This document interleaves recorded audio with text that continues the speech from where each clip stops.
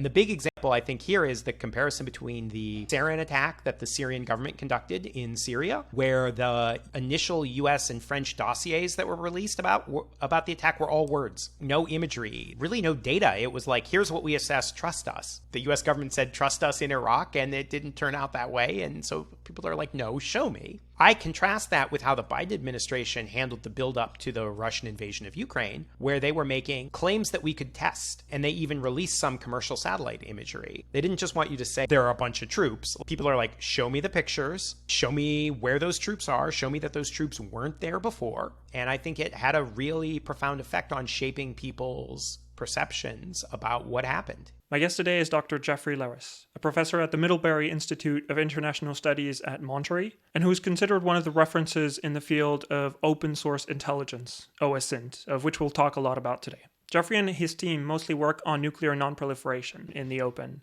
That means they use openly available data sources and tools, so you might think of things like satellite imagery, but that also includes things like TikTok and just social media in general. I think one of the most impactful examples of that is something we'll talk about in this conversation is how Jeffrey and his team were able to predict basically an hour before it happened that Russia was going to invade Ukraine, and they monitored that basically looking at traffic data anomalies on Google Maps. This is a conversation about how people like Jeffrey are working on getting all the data that they can get their hands on, working with open source tools, and basically doing intelligence work all in the open and publicly available in attempts to try to keep governments accountable to what they're seeing and what they are doing. Before we get started with the conversation, though, I'd like to take a moment to thank today's sponsor, which is, again, Element 84. They've been sponsoring the podcast for a little while now, and I'd like to take a moment to thank them for that. So Element 84 is a geospatial software engineering company, and they've worked on pretty large-scale impact projects using geospatial data. So the examples I bring up a lot is how they've worked with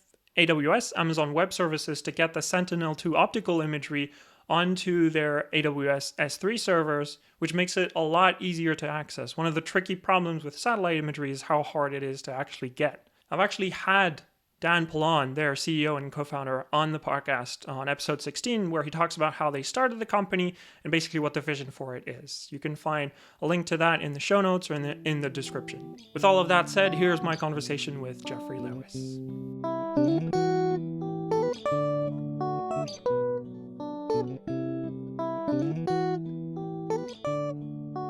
All right, Jeffrey, welcome to the podcast. I like starting these conversations the same way every single time. I like asking people how they would describe themselves. So I'm quite curious, how would you describe yourself?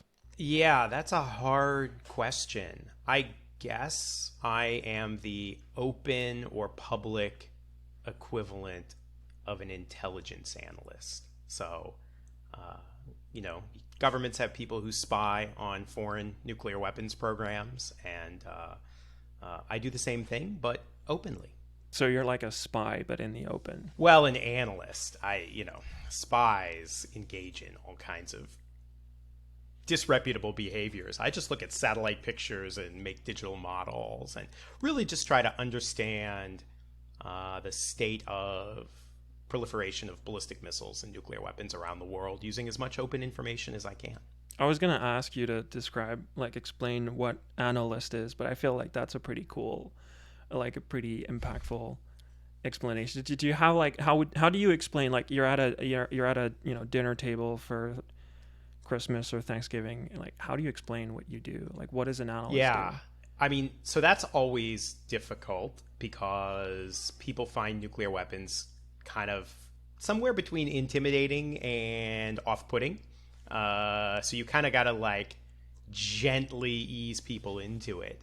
But often what I try to explain is that I'm an academic and I study the spread of nuclear weapons. And in order to answer the big questions like why, you need the basic facts, right? You need to know who's doing what and when. And if you have that information, then you can start to speculate. And we use whatever information we can get, whether that's things people say in the media, whether that's commercial satellite imagery, whether that's photographs that governments release, to try to build a comprehensive picture of who has what nuclear weapons and missiles around the world. And most of the time, it turns out if you're at a cocktail party, someone's glass is magically empty and they need to get it refilled. And then that's the end of that. Why do it in public? Because you said there's a lot of people who do that behind closed doors. What's the appeal for you as well as an individual to do that in public? Yeah, the Iraq War pissed me off, basically, is the long and short answer. I was a graduate student in the early 2000s, and at that point I was interested in these topics, but I didn't really know what I wanted to do with my life. And so that could have included working for the US government. It really could have included a lot of different things. But I was just very frustrated watching the lead up to the Iraq War, where there were these intelligence claims being made. And, I didn't find them very persuasive, and no one I knew found them very persuasive. I mean, we sometimes hear there's this kind of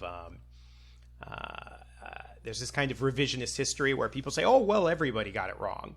And the answer is no. Actually, lots of people thought that the claims were pretty suspicious. But what happened was there was a kind of dominance of secret information. Right? People would tell reporters, well, if you saw the secret information, you'd know. And then that led to a gatekeeping function where anybody who disagreed was systematically excluded. And so it gave the appearance that there was consensus, but there really wasn't. And so that experience was really upsetting to me. And it just triggered this kind of lifelong interest in this idea of, could we in civil society have equivalent information? Maybe not the same information, maybe not as much information, but could we inform the public debate in a way that reduced some of those disparities and stopped some of that gatekeeping? So it's a way to keep people accountable. Yeah, well, especially to keep powerful people accountable, to hold governments accountable. And, often, I mean, the funny thing is that while I got motivated by the Iraq War and a case where the U.S. intelligence community got something really, really wrong, a lot of what we do, something will leak in the news, and then we'll go look, and we'll be like, yeah, that's true, that's plausible, or we see the evidentiary basis for that claim. So it's not all about like catching people in these grandiose lies. In a lot of cases, what we end up doing is confirming the things that are being said. But either way, we think it's important to have that capability held in civil society and be independent. So what were you doing, around the Iraq War, like that prompted you to, like, what were you doing at the time, and how did you get into, I want to start doing something about this? So I was a graduate student. I was at the University of Maryland, and I was working on my PhD, and I was writing a dissertation about China's nuclear forces. So I was dealing with this challenge where I wanted to write about the choices the Chinese had made about their nuclear weapons, and I had a lot of Chinese historical materials, and actually I had really good access to people in the Chinese nuclear weapons program. So I had really good qualitative data, but I didn't have good quantitative data. A Chinese official might say something like, well, our arsenal is really small, but they wouldn't give you a number. Or you might hear that the number had gone up or the number had gone down, but you didn't really get the kind of numbers that would allow at least a brain like mine to make sense of anything. And so I had started incorporating more open source information into my work. I'm a visual person. And so for me, going and visiting a facility helps me understand it in a way that reading about it just doesn't. And I don't know why that is. But like, I'm a sucker for tours. I'm a sucker for museums. If you show me a missile, I will remember it in a way that I wouldn't if I read about it, even if you gave me a lot more detail by writing. I have to be able to integrate that visually. And so, I tried to go visit a lot of places in China, but a lot of those places are not open to foreigners. And so satellite images, which really for me were the gateway drug, were the next best thing. So that just became very appealing. So what was the situation, like what we're talking about, the war in Iraq? So 2001, is that? No. 2003. Although it starts, right? The push in earnest starts after September 11th, 2001. Right. it accelerates over the course of 2002, which is probably when I'm really feeling that powerlessness. And then I, one descended into despair in 2003 when the invasion starts. And then it turns out that there are no weapons of mass destruction. And then the invasion turns into, a fiasco and then just this terrible carnage. So it's for somebody my age, it's a really important turning point because you live through a period in which all the people who are supposed to be responsible turn out to be fools. I mean, just fools. Like wrong about everything and wrong in terms of ways that have enormous consequences. And so, at least for me, I living through that, it produced what I would call a profound disrespect for authority. I mean, I understand. I have empathy for people in authority because I understand that they're just like everybody else, which is to say that they're, petty and foolish and greedy and incompetent like we all are, that they're not any better. And that really fundamentally shaped how I approached the rest of my life. Because I think early on, I really wanted to be involved in public service. And while I still really admire people who do that, I definitely lack the reverence for it that I think you need really to be a team player. Right. But let me be clear. I do have empathy. It's not like some people get very sour about that kind of thing. And I don't think that the people who made those decisions were bad people. I think they were just people. And my suspicion is that things go wrong and that things don't work out because people are imperfect. And institutions are just collections of flawed people that aggregate their flaws in really weird and surprising ways. And so, introduce me to any individual policymaker, and I'm not going to tell you that that person is a fool or greedy or petty, because I really admire what they're doing. But just, systematically or in aggregate, when you deal with human beings, we're pretty goofy. Yeah, so I like putting things back in their context.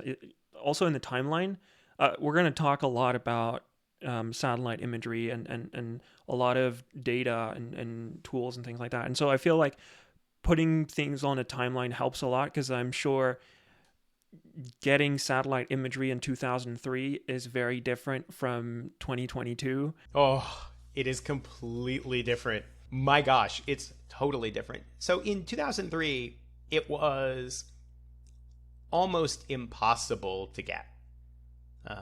At that point, I was really relying on other people to acquire satellite imagery and put it in the public domain where I could look at it.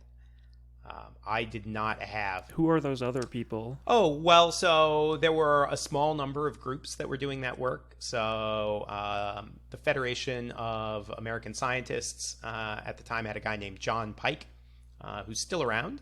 John got some pictures of some of North Korea's early missile infrastructure. A lot of the work on Iran and North Korea, satellite imagery, was from a group called ISIS, which is the Institute for Science and International Security. My friend Corey Hinderstein worked there, and she's really the person. It's a pretty bad acronym. I know. They on Twitter they now try to call themselves the Good ISIS, which is like, whatever. Corey has long moved on, but she's really the person who introduced me to imagery analysis and explained to me that it was, more than just staring at a picture. And so back then you'd have to order things, and you might get an image on a CD, and so it was very, very inefficient. And so Google Earth was kind of the first big wave of democratization in terms of imagery, because between Google Earth and then the work other institutions were doing, you could really start to do that work for the first time. But it isn't, I would say it isn't really until the last decade, maybe about 10 years ago, when you could really start just downloading imagery, that it became accessible. So back then it was more of a party trick. I look at the analysis that all of us did back then, and it's funny. it's not that the work was bad, because the work was pretty good, but the data just wasn't there. There's a hilarious article by this guy Dino Brugioni. I don't know if you know who Dino Brugioni was, but he was a U.S. photo interpreter during the Cuban Missile Crisis, and probably did more to popularize the idea of overhead intelligence as a way of knowing, both for the government and then I think in the open source community. But in the 80s, he wrote this really angry article in the Washington Post about how amateurs shouldn't be looking at overhead imagery because they don't know how to interpret it correctly. And it's definitely a, like, you kids get off my lawn thing. And I look back on that article, and I have conflicting feelings about it. On the one hand, it's clearly like a cranky old person who just is not really getting with the changes that are coming, whether he likes them or not. On the other hand, as a community, I don't think we were very good at it at first. It took a long time. I know I certainly wasn't very good at it. And partly that just reflected the technology.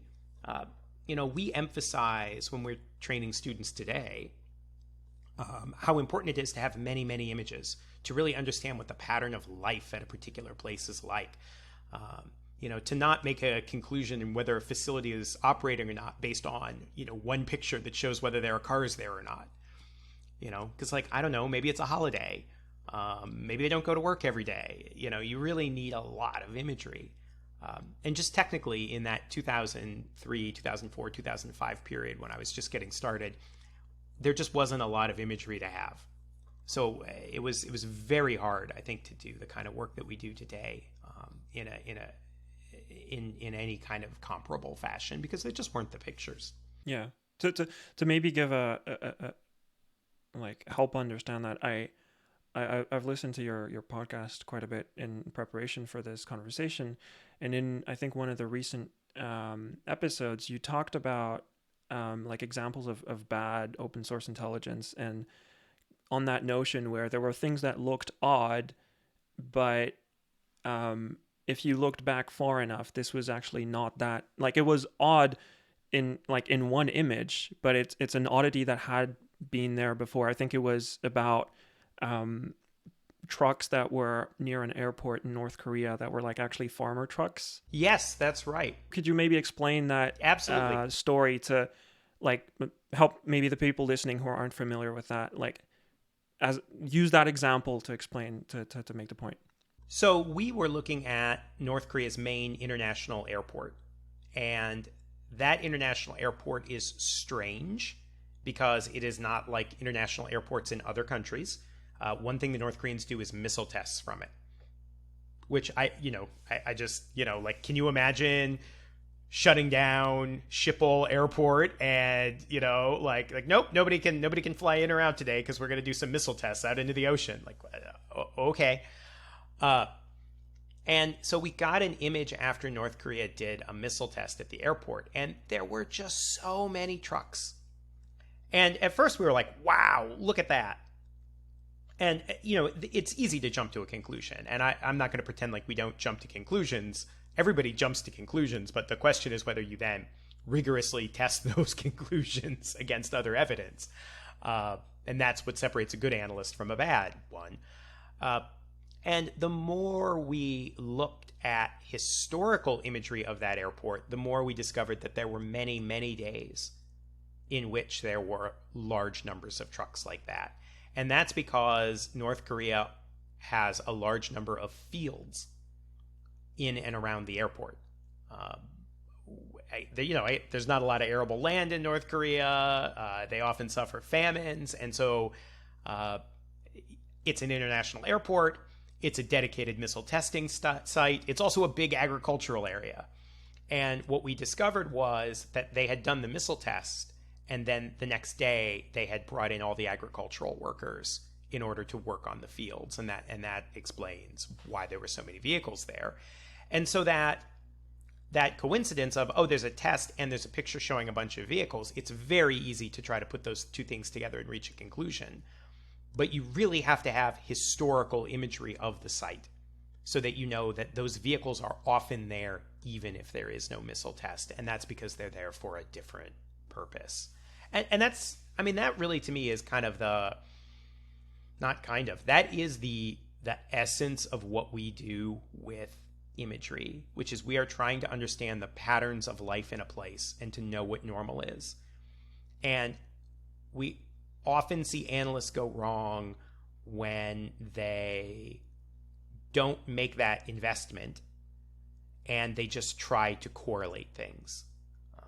And I get it. I know why, like they do a missile test, you see a bunch of trucks. It's very tempting to put those things together. And like what is way less exciting is going back and looking at 10 years worth of imagery in order to understand agricultural patterns at a site when you don't really care about agriculture.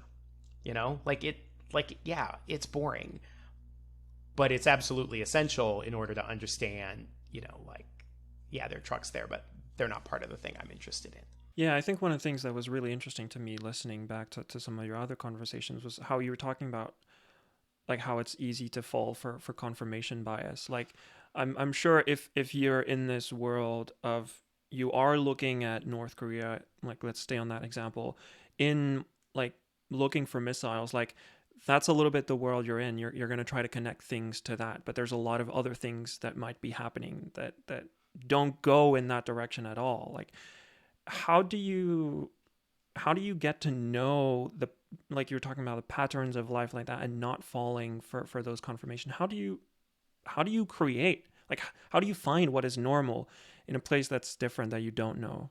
Yeah, I mean, the first answer is, you screw up, right? You learn the hard way. You make judgments and then you later look at them and you're like, I am an idiot. I cannot believe I did that.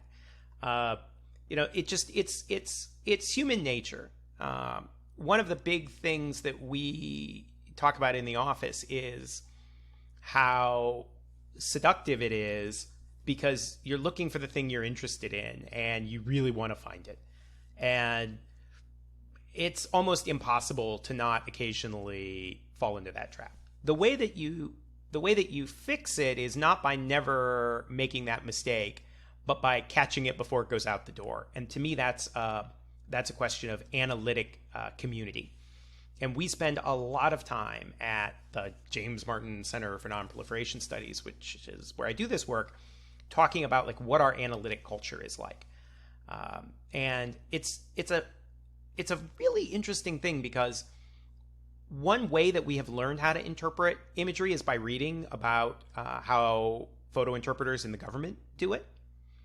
And there's a really interesting book about the U.S. government entity that did this throughout much of the Cold War. And that book is focused entirely, it's called Seeing the Secrets, Growing the Leaders. It's about the National Photographic Interpretation Center. It's about their analytic culture. And their analytic culture was really like macho. Like it was very competitive. So their whole idea was individuals look at an image and they're competing with each other to be first and they make a call. And we find that to be just the most destructive way to go about this, because what it means is people are racing to find what they're looking for. And while, yes, there is an analytic culture of attacking them and trying to shoot down their ideas, then they get very defensive of their ideas. And so we have very deliberately tried not to do that. And so our view is that we want to have a very cooperative analytic culture where someone brings evidence into a conversation and we all examine it. And our expectation is actually that the person who is presenting the, like, I think I found this thing, that person has to sort of also take the other side. That person has to be like, here are all the reasons I could be wrong. Here are all the reasons that I am not sure about what I have found. Like, you have to take your ego out of it. And it's not about you making the call. It's about whether the team, gets to the right answer in a reasonable time frame. So we will often have these conversations where we are grouped together and we will be really working super hard on something we're looking at, and we'll be arguing about it. We'll be going back and forth. And then someone, just to cut the tension, will scream, "Make the call." And then we will all like burst into giggles, right? Because it seems to us to be such a counterproductive and unnecessarily macho take on, what's really a kind of a delicate endeavor of trying to get at the truth.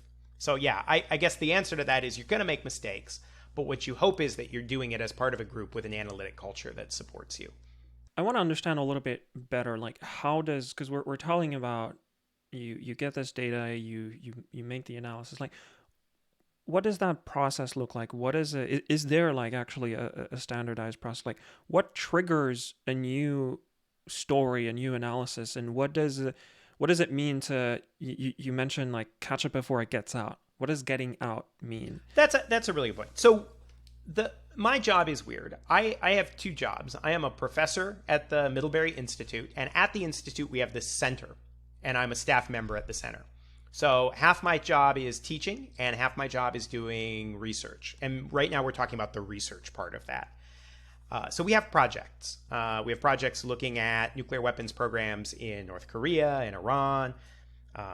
And we just generally have research time because we're curious about the whole world.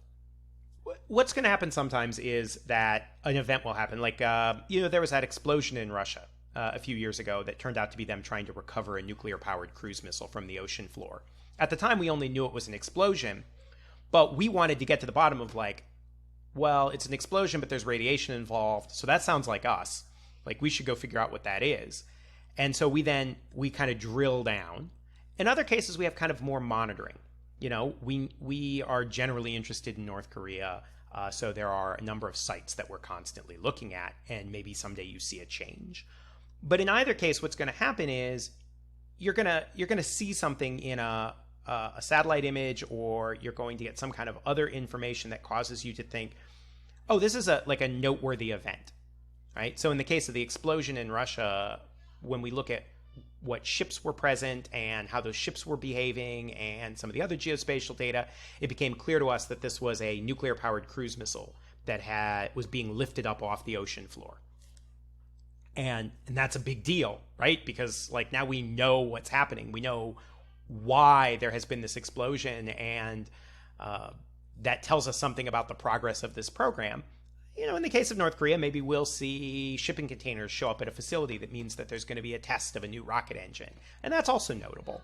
And then we have to decide, what do we do with that information? Sometimes we're just going to keep it for ourselves, selfishly, because it's cool to know something nobody else knows.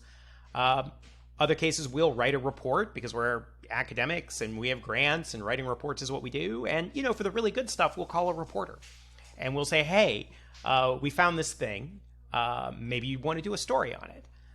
And regardless of how that information then gets out, what we want is we want to always be right. Or at least we want to be careful enough in what we say that if it turns out we're wrong for the right reason. In fact, that's kind of a big mantra in the office is you're never going to be right all the time, but if you're going to be wrong, you want to look at what you did and say, the conclusion I drew was still the best conclusion to draw from the evidence I had. This might be a bit of a candid question, but why is that important? Well, one thing is you are going to be wrong. And so you don't want to be in a situation where you're so paralyzed by the risk of being wrong that you never say anything. I mean, you could, right? Like you could decide that you were just never, ever, ever, ever going to be wrong. And so you are going to only publish the, 0.1% of the analysis you do. But I don't think that serves the community at large very well, because you're not giving people pieces of the puzzle they need. And I don't think it's very honest about the process. And I think it's kind of soul crushing to go through life that way. So we don't want to be in the position of going back to that macho, you make the call and if you're wrong, it's over for you kind of thing. We want to say, do we have a healthy process? Are we right more often than we are wrong? And in some ways, I guess it's equivalent to modern attitudes about analytics, where that you can make a living betting on sports. You're not going to accurately predict every game. Right? The question is, are you better than other people enough that you end up winning money. And so that's why I say we want to have really sound methods. And if you have sound methods, you accept that you will occasionally be wrong, but for the right reason. I was a philosophy major in college, by the way, and my emphasis was on epistemology, which is, the study of how we think we know things. And so, it is no surprise that I am someone who thinks research methods are interesting, which I realize is weird. No. It's really interesting to understand that, to just understand how you approach those things. And what I wanted to get at is it sounds to me like there's a notion of reputation along on the line where if you have to, there's this data set, especially when it's open, like other people can access it, and this notion of maybe we can't see this, or maybe those trucks at the airport, they're not linked to the missile testing, because we have this track record of all these other things that we've said before that turned out to be right or wrong because of the right reasons, as you mentioned. It sounds to me like that's the reason to keep listening the next time as well. Yeah, in theory, it shouldn't be, right? I mean, in theory, the evidence should speak for itself. And we try to be as transparent as we can about everything we do.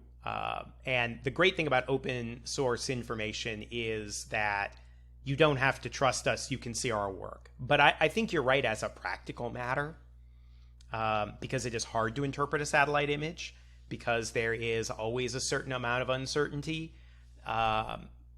You do care about your reputation. I am as guilty of this as anyone. There's some people out there who are not good at this. And when I see their work, I instinctively discount it, which, by the way, I shouldn't do, because I should still look at the work and I should find the flaw in the reasoning rather than just say, well, this person is wrong a lot. But it's a totally, I think, a human impulse to use reputation as a rough method of sorting the world when there's more information than you know what to do with. So I'm torn. I'm torn because the intellectual in me disagrees vehemently, but the part of me that is still human is yeah, of course, you are totally right. I get my personality's just in that tension. No, but that's why it's interesting to understand that, because so for example, a lot of the OSINT stuff has been in the news recently because of what happened in Ukraine. And I don't know, for me, it felt like it was one of the times where we can actually follow in near real time what was happening. And to me, you were one of those people who there was that trust about okay, other people could show Maxar images or could show traffic jams or on Google Maps, and I'd like to get back to that. But there was this thing about everything else, putting the pieces together and knowing what was relevant and what not. And when it's on a place like Twitter, for example, I do feel like there was that reputation, maybe for better or worse, there's that aspect on that public scene where someone like me who's not in that open source intelligence world can come and be this is the person that I would like to listen to. Yes, I do. And in fact, a good example of this came up the other day where a random account made a claim about an Iranian space launch facility that we know is going to get built soon, but we've been waiting for the Iranians to start building it. We kind of know approximately where it should be built. We're looking, we're waiting, and it's just not happening. And this person basically announced that it was under construction. And I looked at it, and the person didn't publish the coordinates, and they didn't really give enough data in the images that they published for one to draw the conclusions they had drawn. And I looked at it, and I was like, nah, I don't buy this. And I, encouraged some grad students to maybe try to find out where this person was looking, but it just didn't strike me as a good use of my time. And I think for most people, that's where that conversation should end. We do have a colleague at another institution who is amazing, who actually went down and bothered to track down the location this guy had found. It was several hundred kilometers away from where it should be, so he had to look a long time, and it was a cement plant. And so I admire my colleague who bothered to track it down, and that's awesome. And that's what I love about the open source community, is someone will show that the analysis is poor. But I understand if you're just a normal human being on Twitter who's interested in a bunch of stuff, you don't want to spend that many hours. So it is absolutely valuable to know, like, these are the people who are usually getting stuff right. And if they get something wrong, this is the second part of that. They usually get things right. And if they get something wrong, they're going to fess up to it, and that is what I try to just cultivate in my Twitter feed. Is I want people who are either mostly right or at the very least are going to let me know when they've said something later that turns out not to be true. So I wanted to get back on the monitoring aspect about like the beginning of a potential story, something that you want to dig into a little bit. What does that monitoring look like? You mentioned that example right now. Like, how does something like that get under your radar? Yeah, so right now,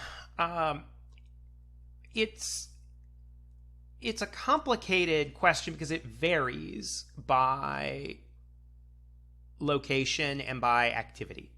There are some places that we put human eyes on every couple of days. We're talking people in the field. Well, no, sorry. We put human eyes on the satellite imagery.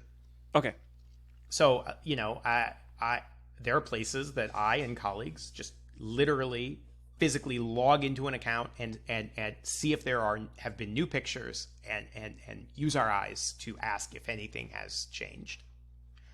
So that's one monitoring task. We don't do a lot of machine learning yet, which we really want to, because right now there are too many places for us to stare with our eyeballs. So we're working with this company in San Francisco, Planet, on trying to see if we can do a machine learning test for this Iranian space center that we think is going to get constructed. Because we kind of know the approximate area that it should be built, and it's going to be roads and buildings, and you should be able to detect that in machine learning, but we'll see. And then a lot of other times it's kind of an exploration that comes from outside of the imagery. So, a senior U.S. official might say something, and it doesn't always have to be something that you would notice if you weren't following this stuff all the time. But maybe they slightly change the way they phrase something that they have said consistently, and you're like, oh, that's a change in phrase. That implies that there's been some change in this program. Well, where would that happen? Let's go look there. Or some event happens. And so for us, monitoring is really still a human activity. It is not something that we've been able to automate. And that imposes some real limitations and restrictions on us in terms of our efficiency. And the example that I love to cite is we're the first people who identified that China built for Saudi Arabia a missile production facility in the desert. And the Chinese built this facility at a place that had been previously identified as a missile base. But it's not a high priority location. There aren't a lot of high resolution images of it.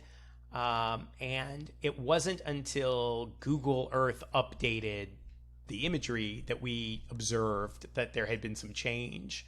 And then we went and tasked the satellite and got a proper image and then discovered this facility.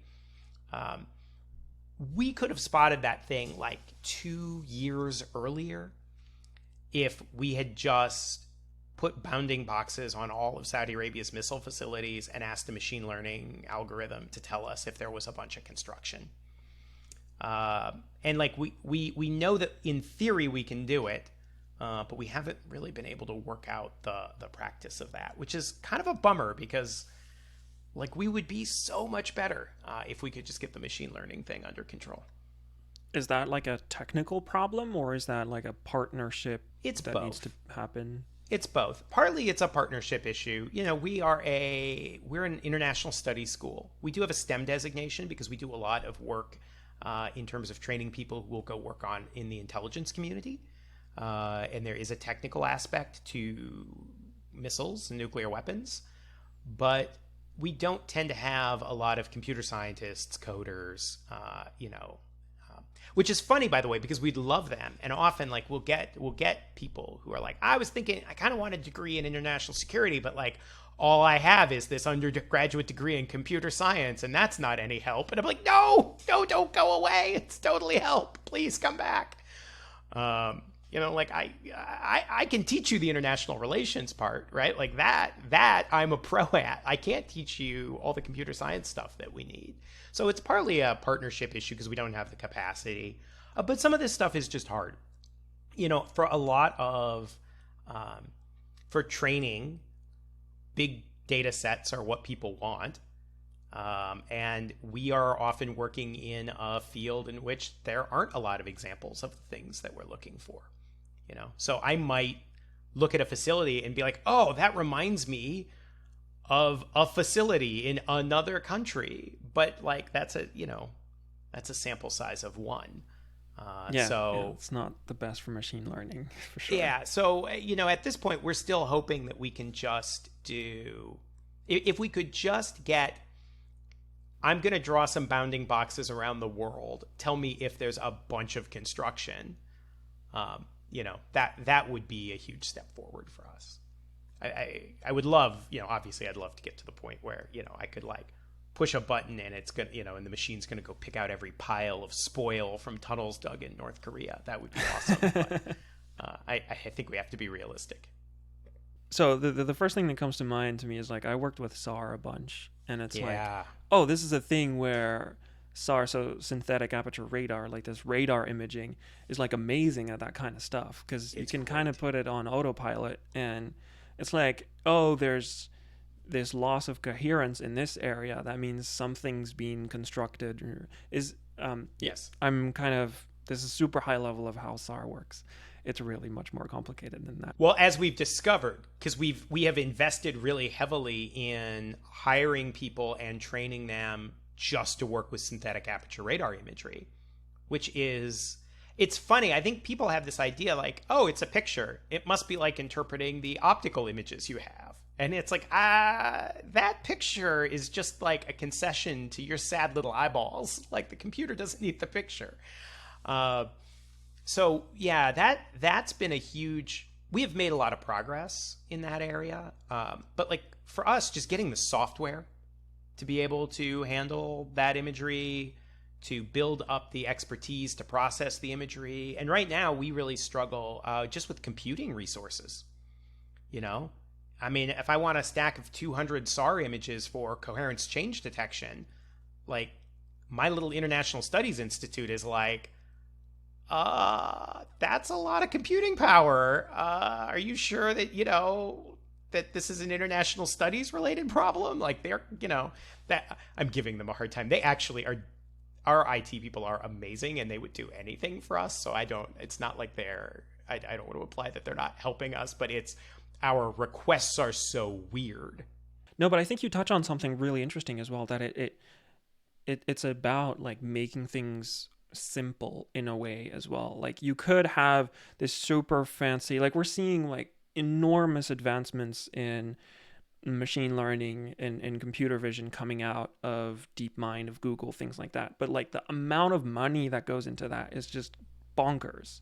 Yeah. And so what you're saying is that even if we had the data, like making methods that can churn through that in a reasonable, cost-effective manner is as important as well. Yeah, that's right. And we have access to some big data sets, and we literally just cannot figure out how to accommodate them because like Amazon Web Services, that's the easiest way to do it. That's also really expensive. And so, like there's a whole discussion of like, well, maybe we could buy you a standalone computer where everything would be saved locally. And it's like, well, this data set is going to fill up that computer in a year and a half. And so, there is particularly for us, we're a research center, and so we have to raise all our money every year. And we don't have a lot of just money laying around for new things. So, I'm often in the unenviable position of trying to go to a funder who, by the way, is typically going to be an international studies funder. And so, like, already what I'm talking about is like magic, like, it's like, that sounds really weird. Why would you do that?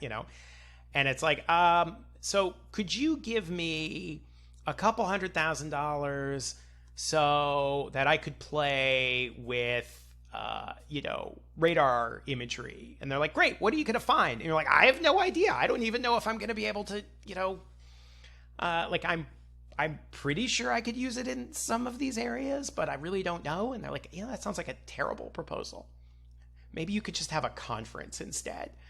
So it's really hard. I can't complain. Like, we have good support and we are able to do this stuff, but it's definitely a cultural challenge for an institution that is fundamentally an international studies research center that is gradually acquiring this, pretty serious, technical component. No, but that raises also a point, like specifically on the SAR aspect. I think like I know a lot of people working in SAR because I used to work in it. And there's this notion that it's just about like, let's give it to the people and, it's magic. Like we'll do like Planet, for example.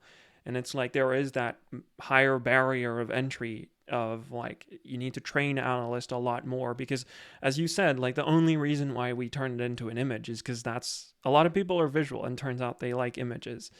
If you've ever seen like an image of just the coherence layer in SAR, it's like noise and it's like, well, that doesn't help anything.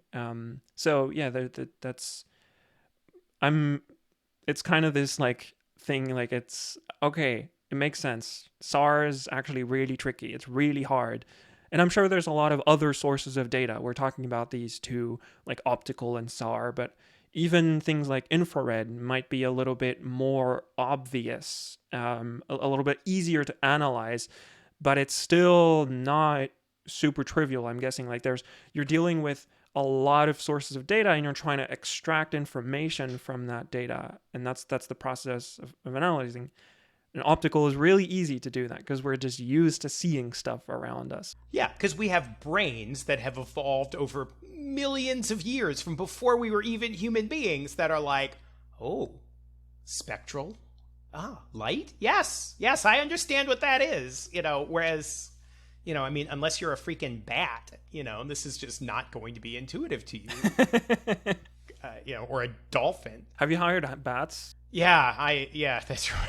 That's right. Do I want bats or dolphins? Dolphins are more charming. I get the feeling bats would do anything for money. I don't know. They're rodents, right? So there's a lot of things I want to come back. Let's take them one by one. You mentioned Planet. So they're this...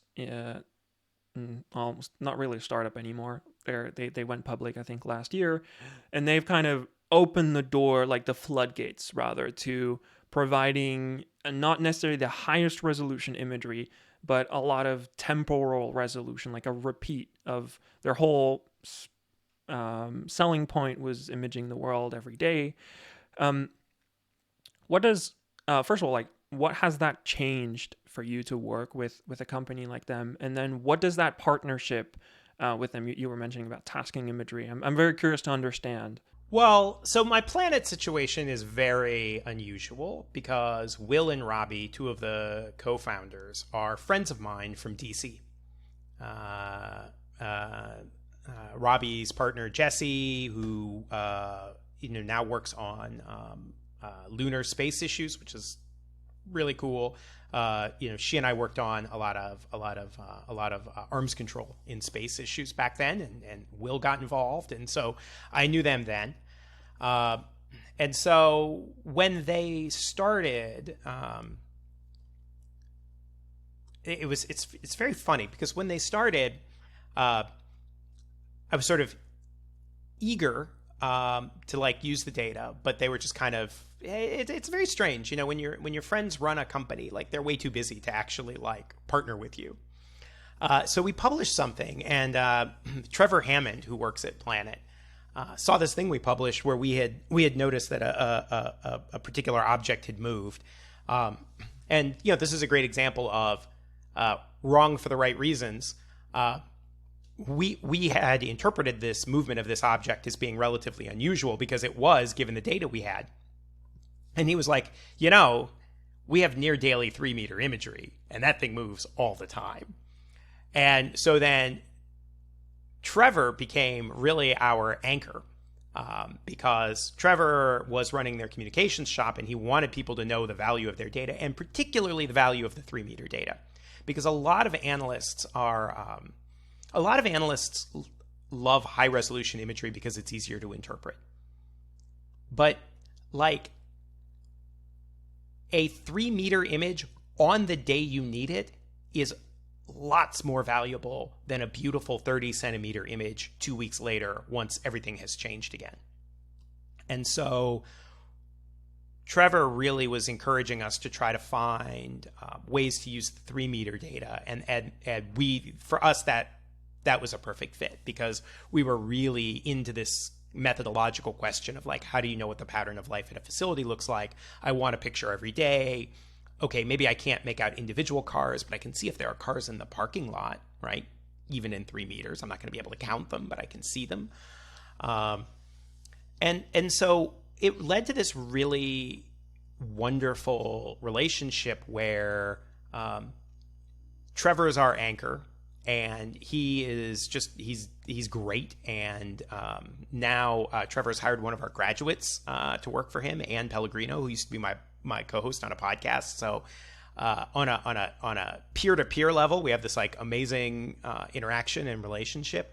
And then there's like the like additional benefit that like I think I understand their leadership really well because I have known those people for 20 years. So we have an educational MOU. We pay them a reasonable amount for access at an educational level, but then we have this entire communications partnership where they don't want to be in the business of interpreting their own imagery, which I think is a smart decision for them because it's hard to interpret your own imagery. It gives you a sense of not being neutral anymore. And if you ever make a mistake, that's way more trouble than it was worth. So they are much more interested in getting imagery to partners who then can take the responsibility for saying, what's in it or what's not. So that partnership has been amazing, and we've started to replicate it with some other partners. We have a really great relationship with Capella in terms of providing radar data. Yeah, on the SAR side. Yeah. Yeah. And in general, what I would say is that for an institution like ours, because we just don't have a lot of money, like we can pay some, but we can't pay the kind of money that a corporation is going to care about. But what we do is we place stories in tier 1 media all the time. And that's incredibly valuable. And we generate use cases. We help them, I think, figure out and then illustrate like, what is this data good for? And I always go back to Planet's 3-meter data. The U.S. government certainly could have built a constellation to provide near daily 3-meter monitoring around the world, but they decided they wanted only high resolution snapshots of individual places, that they didn't want mass monitoring. And I think that was a mistake. I think that there is real value in daily monitoring at lower resolution, which then allows you to know where you want to go take a closer look. And I think that was valuable for Planet. The first thing that comes to mind for me is like the Maxar imagery that's being plastered all over the news, and like not just nerd people of satellite imagery news, like the whole mainstream media where those images of Russian tanks were on like CNN. I can imagine like Maxar is really enjoying that kind of press. Yeah. About like, hey, look at our imagery. It's like absolutely everywhere, and I bet you've seen it before. Yep. So that makes your involvement valuable. I think so. And, again, there are huge advantages to using a partner because, as I said, we're going to get something wrong. Everybody's going to get something wrong every now and again. And if you're the image provider, just there's no upside in you taking the responsibility for the interpretation. I mean, if Maxar has such beautiful high resolution images, they should be happy, and they are happy with, isn't this a beautiful picture? And then, let somebody else come and take the responsibility for saying, here's the good news or the bad news about what the picture shows. But I do think that one thing I would say is that for all of these companies, and in some sense, this is almost like a public good that they are all enjoying, is I think people are today aware of the value of commercial satellite imagery, or maybe we should say remote sensing, since we're now dealing with so many other things that aren't really images. People are now aware that exists. Who are you? Is it like my mom, or is it like mainstream, or is it? I think it's to some extent all of it. I think there's definitely we definitely do a lot of what I call policymaker education. We like to think that the people at the very top of the government know this stuff, but they don't. If you ever meet a real politician, they don't remember what they got in a secret intelligence briefing or what they saw in the New York Times. Like it's all mixed up in the brain stew, And so, and you the place I see this clearly is memoirs, when senior people talk about classified satellite imagery they saw, and it's like I was reading one, and this guy was like, I could see the tennis balls on the tennis court, and it's like, no, you couldn't. That was a plane that took that picture. I know what period you're talking about, and you couldn't see a tennis ball on a tennis court with that satellite. But, it's all mixed up. And so I think that we are helping to explain to those people, to educate them about what kind of information they have access to, whether it's the open stuff or the stuff they're getting on the classified side. But I think it also shapes the expectations of normal people, our respective moms.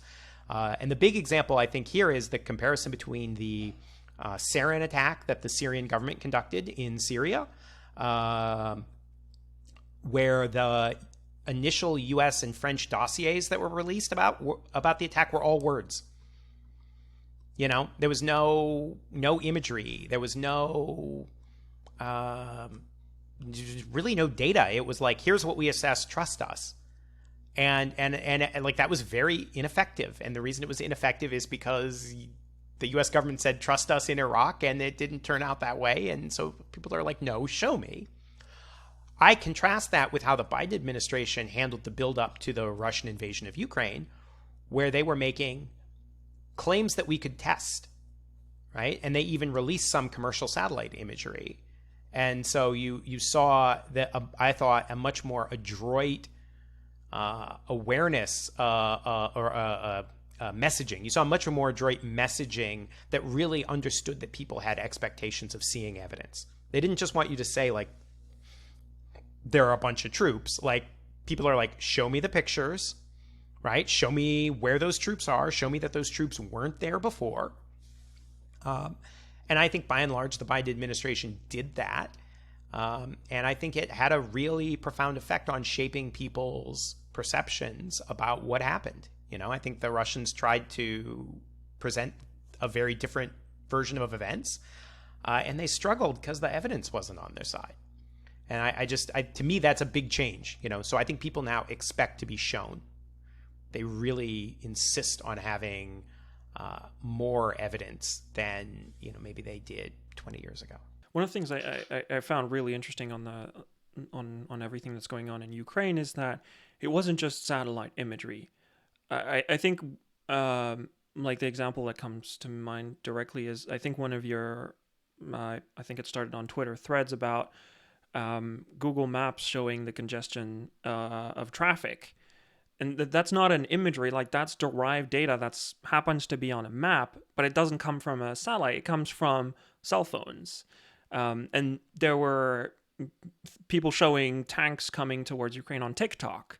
Like it's this whole piecing of a story based on a whole variety of completely different types of sources of data. Is that something that's new, or just like hearing about that for the first time? Yes, it's both things. One thing I would say is, we often, when we give presentations, we are at pains to say the majority of work we do isn't satellite imagery. But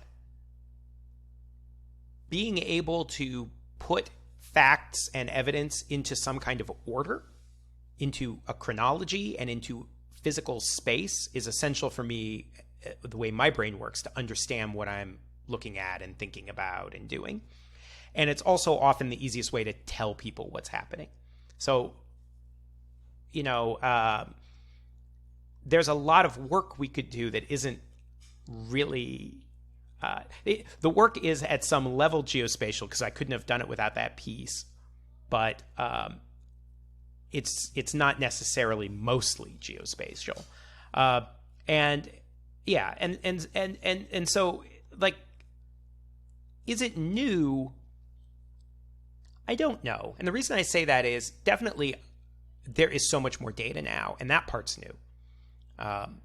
Like the fact that we all carry in our pockets a tracking device that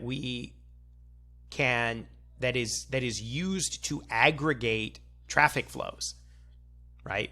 Like, that's new. It's also insane, by the way. I say this to my students every time, how unreasonable they are as human beings, because they actually believe that if they get in a car and they are going to drive from Monterey to San Francisco, they expect the little device in their pocket to tell them to the minute how long it is going to take. And they expect an instantaneous update if there is any change, including multiple options for rerouting. It's like, what human on earth has ever had that expectation before, right? I mean, that is insane. Like, I still remember like getting out a paper map and like, it's an hour and a half on a good day to San Francisco, 4 hours on a bad day. Let's go. So that's new, having access to that data. At the same time, the reason I kind of go like, well, I don't know, is I teach a lot of historical cases where the kind of work we do is just puzzling. You're finding the pieces and you're snapping them into place. And there are a lot of pre-digital, amazing open source information cases. And, like the famous one is the Broad Street pump, right? The cholera in London. Like you map all the pumps where people get their water. You map all the cholera cases, and you're like, gee, one of them's in the middle. Maybe we should turn that one off. So I would say the research method is traditional. It's just that we have a lot more data and a lot more processing power now, and that part's new. And at some point, having all that technology and data is some kind of qualitative change. But it's a little bit hard to say when that happened. Yeah, you mentioned something about like it's also very visual, like the satellite imagery aspect. One of the things I found really interesting on the whole Ukraine side is I think Hawkeye 360 came out with like, oh, there's this GPS occlusion happening over Ukraine or something like that. And I was really intrigued to see like that story didn't get as much traction as, oh, here's the satellite imagery of the trucks. I'm with you. I am totally with you, and I was shocked that they published that data. I'm glad they published that data, but I was surprised. There are lots of satellite companies that are monitoring that kind of effect, and most of them are keeping it to themselves. Why were you like? Because for me, it was more like, oh, cool, but like it seems like not as many people are caring about it. But you're seeing that from a very different point of view. I don't think satellite companies want to talk about interference. I don't think they like highlighting the fact that their operations are being affected. And, by and large, they aren't being affected, right? People aren't shooting satellites down. People aren't blinding them. People aren't jamming them. And so, it would be unfair to say that they're covering something up, because they're not. But if you're a public company and you're asking people to invest their hard-earned money in your company, the fact that lots of countries do have the ability to shatter your satellites into like approximately 11 bazillion pieces, and by the way, they're not insured for acts of war. I think if you are, just even GPS interference, I think it's not something that you really want to highlight. And so I was surprised that they did it, but like you, I found that to be incredibly powerful as a demonstration.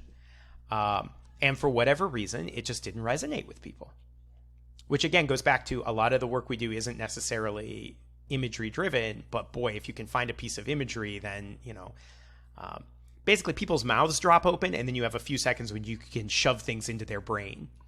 But then you got to close the mouth before it drops back out. I think Planet should totally take that for their for their marketing. That's better than insight at the speed of change.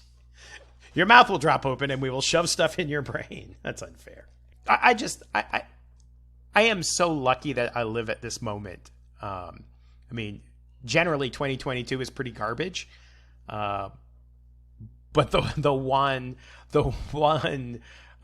consolation is it's a pretty amazing time in terms of data availability.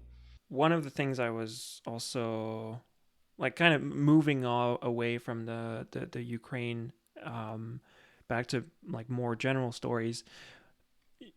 Do you see yourself using more open data in the sense of Sentinel and Landsat, where it truly is open by definition compared to Planet, where I don't really know what is open and what isn't. Even if the resolution for Sentinel, we're talking about 10 meters, Landsat is 30, I think. Yeah. Is that something where it's still useful for you to have? Because it's a daily thing. It just does the whole world every week or every 10 days. Yeah, it is hugely useful. It was more useful before one of the radar sats crapped out. We were using a lot of the radar data from Sentinel. And that'll eventually be replaced and we'll have that back. But yeah, I have a deep and abiding love of Landsat. And Planet is in some ways replicating those capabilities, by going to more bands and so on. But yes, our view is that more data is good, and that a good analyst can make use of moderate resolution imagery. Obviously there are different applications, but to really drop in the weeds, it's very funny because whenever I'm talking to someone about what we do, and I'm trying to think through the implications for the fact that Planet now has 8 bands, or, we're trying to figure out what we would do with the Landsat data or Sentinel data, someone's always like, well, it's really, what it's good for is land use.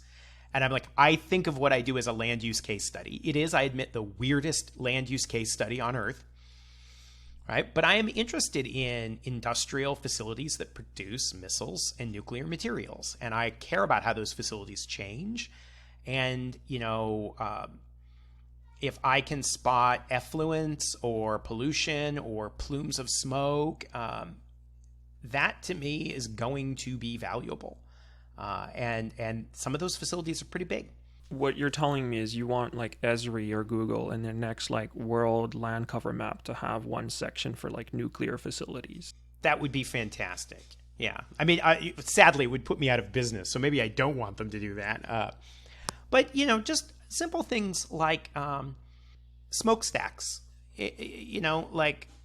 As we get more spectral bands, we probably will be able to do a little bit better at detecting hard to see visually smokestacks in operation if they're not belching out really smoky stuff.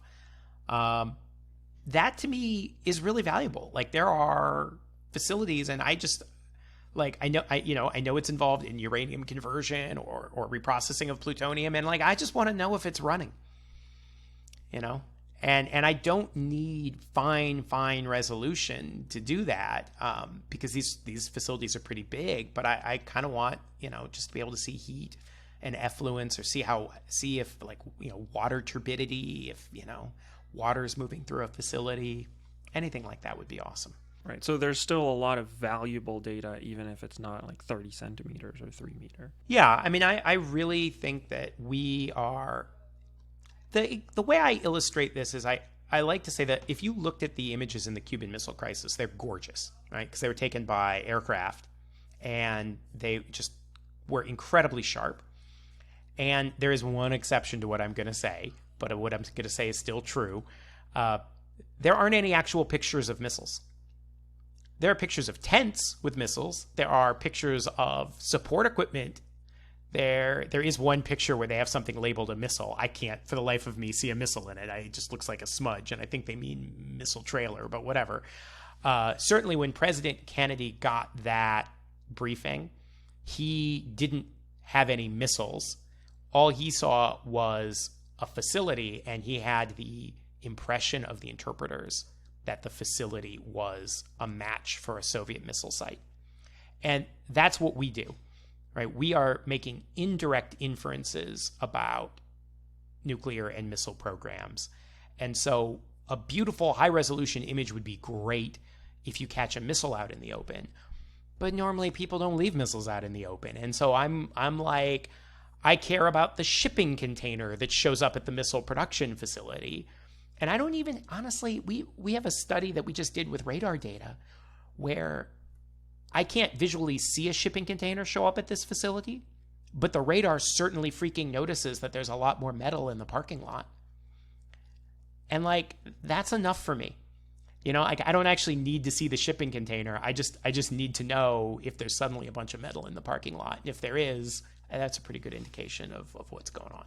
I think in one of your recent episodes, you mentioned something that kind of blew my mind, where the turn rate of the roads was also different from what like farmland would look like. Yeah. And like the angle, like we're talking at like the angle at which a road turn is happening was like much less steep than you would expect in a rural area. And I was like, yeah, if you don't know what you're looking for, it's just a road. Yeah, because so that was a piece of analysis they did in Cuba, but we've been trying to apply to North Korea, which is like Cuban farmers have normal sized trucks, and Soviet missile trailers are like, you know, 10 meters long. And so the roads that the Soviets built to accommodate the missile trailers didn't look anything like a normal Cuban farm road, because they had to have these really gentle turning radiuses. Radii, I don't know if the right word is. And so we started working with a company called Heavy AI to try to analyze North Korean roads, looking for the same kind of deviations. Looking for areas in roads where they have really gentle turns, where the gradations change in certain ways, and where the roads dead end near really tall mountains, just as a way of trying to segment the country into places that are worth looking at versus places that are less worth looking at. So yeah, again, I understand intuitively why people are like, ooh, that's a beautiful 30 centimeter image, because it is a beautiful 30 centimeter image. And if you get a picture of a missile out, you can like see the fins and the whole deal, and like, that's awesome. But it's not the only data out there, and I think we make a mistake if that's the only data we use. I wouldn't want to give it up. Like, it's not like I think the moderate resolution stuff is better, but like I really want both, and I think I need both, especially because you get so much more of the moderate resolution stuff. Yeah, the main takeaway I'm getting from it, like I've done some of that work, and like the in the private companies I've done, where we're doing that analysis, where we're trying to piece a story together for thankfully very different applications.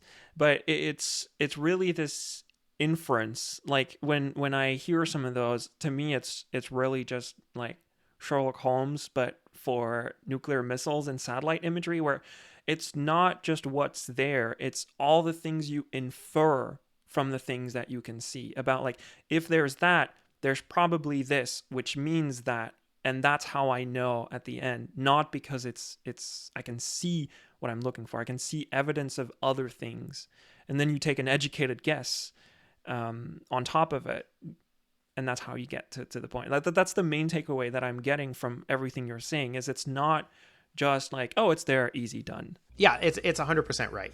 It is a puzzle. In fact, this sort of is my hobby. I have in front of me an actual jigsaw puzzle, because that's awesome. what I like to do when I'm tired and stressed and there's that feeling when you snap a piece into place. Right? Yeah.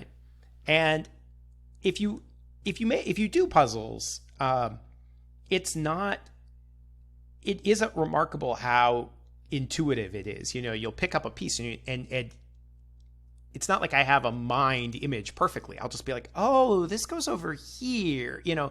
It's that you get a sense of things, and there's this kind of deep processing that your brain's doing that, at least to me, is not even accessible. And so I get just such a kick out of getting each of these little pieces of information, and then there's this moment where it just all snaps into place, and it's like, oh, now I get it, and it's just such a satisfying feeling.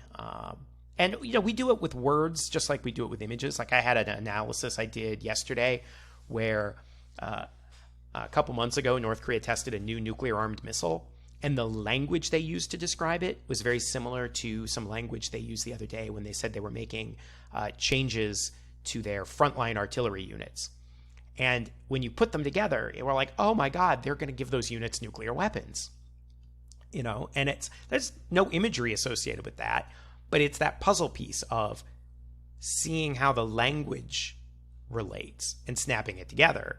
And there will, by the way, be a geospatial piece, because now we're going to have to go through, identify all those units, and we'll see if they actually build nuclear weapon storage facilities with them or not, But yeah, it's very indirect. I mean, one of my favorite examples of that is the way that the U.S. intelligence community monitors missile deployments is it's inevitable that when somebody gets a new missile at a base, they rebuild the facilities, right? Maybe because you need bigger sheds for the new vehicles, or because there's a different number of people who operate a missile, so you need more housing. So you rarely see a new missile at a facility. But what you often see is a facility with one type of missile. When they get a new type, there's a bunch of infrastructure changes, right? And so that's inferential. And yet once you recognize the pattern, it's incredibly reliable. Yeah, so it's like, oh, I have a new barracks. This must be they must be getting a DF-17. It's like, wait, how do you know? It's like, because it's how this kind of thing works. You mentioned a big piece of what you do is also teaching. Like, how do you, I'd like to get into that a little bit, like what you teach. But I want to lead into that about, it feels like that is a critical element of the teaching to do, about like that inferring, that like Sherlock Holmes-ing.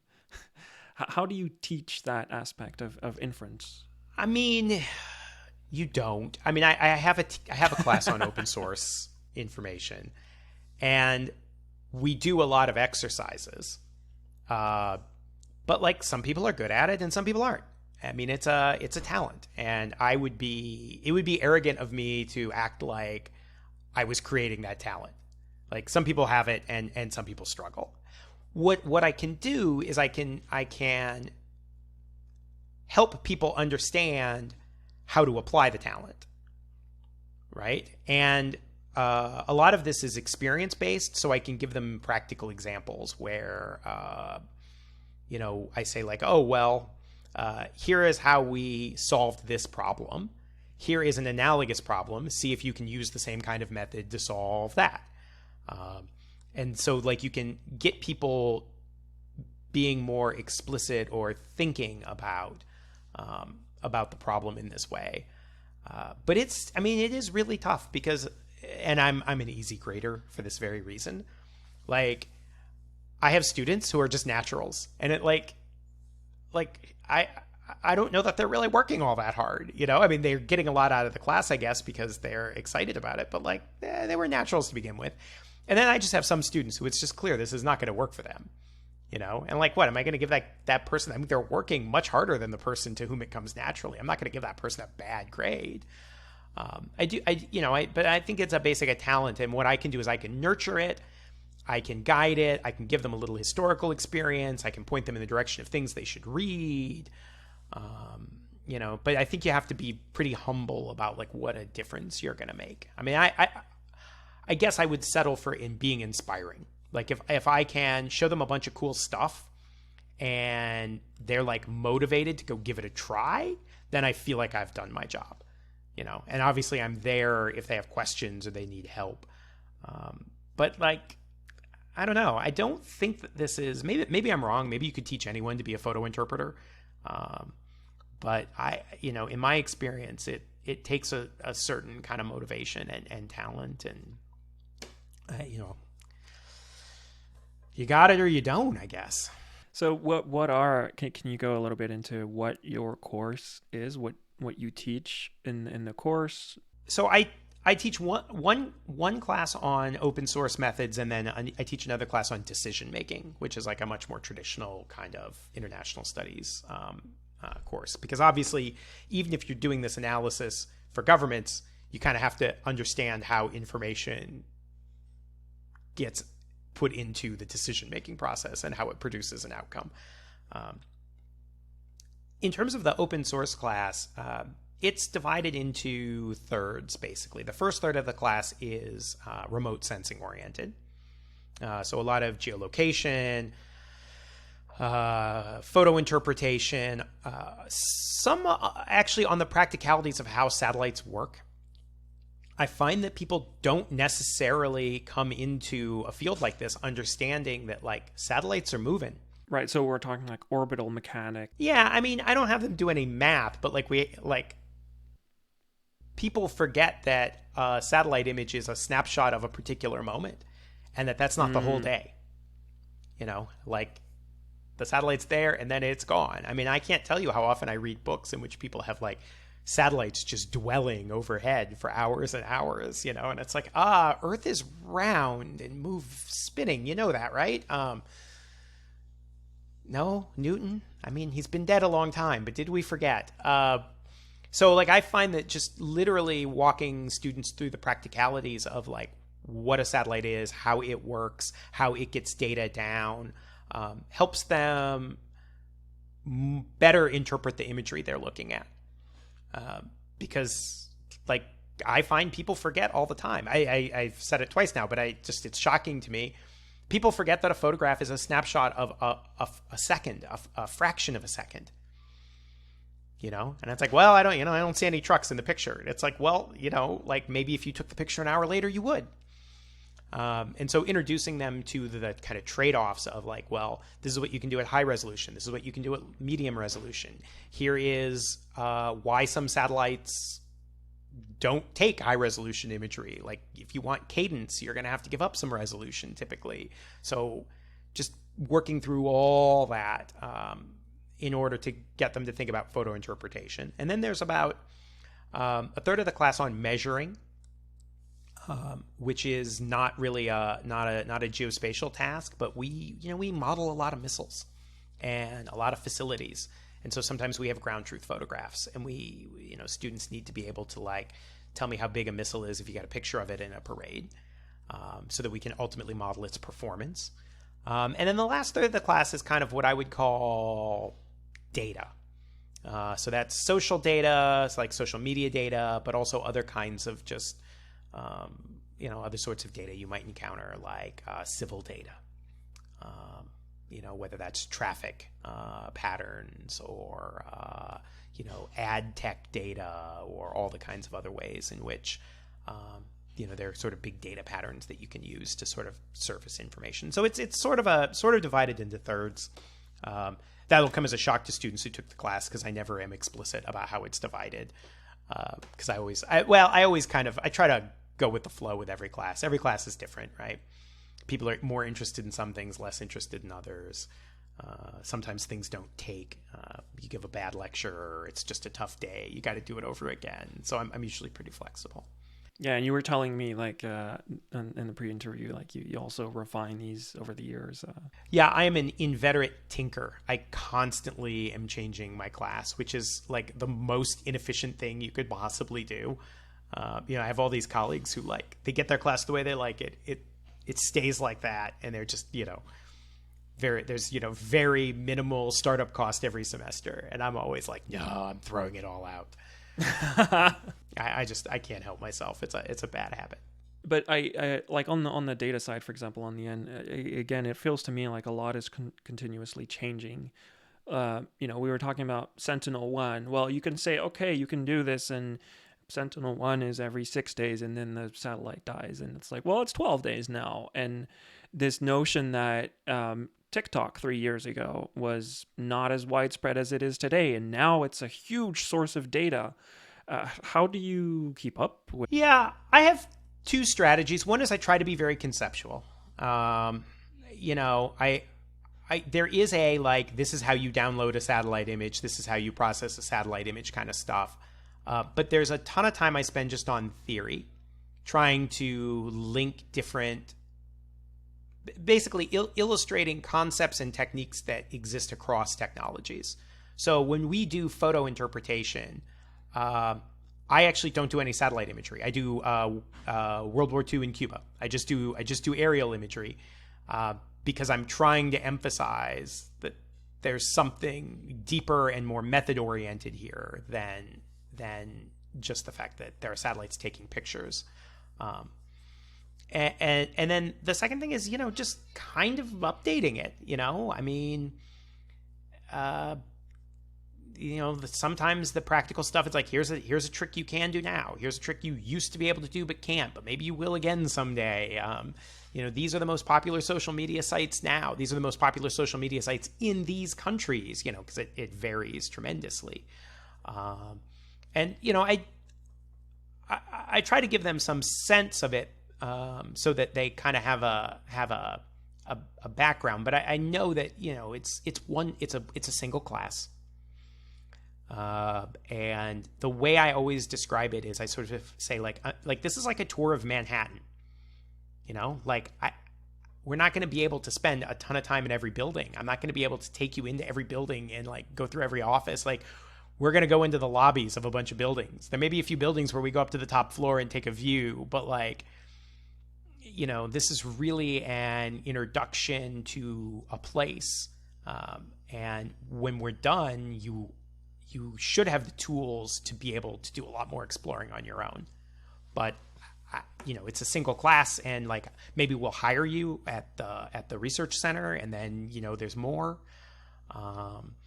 Maybe you'll go in some other job and get some on-the-job training. But my goal is not for you to be a perfect analyst. It's for the student to show up in their job and for them to be like, oh, you're pretty well trained. Great. Now here's the stuff you don't know, because this is what we're really good at.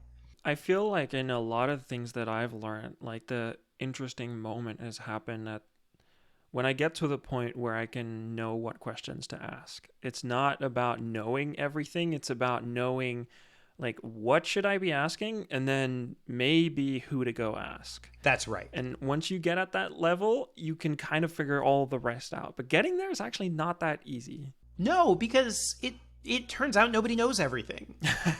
And things are constantly changing. And,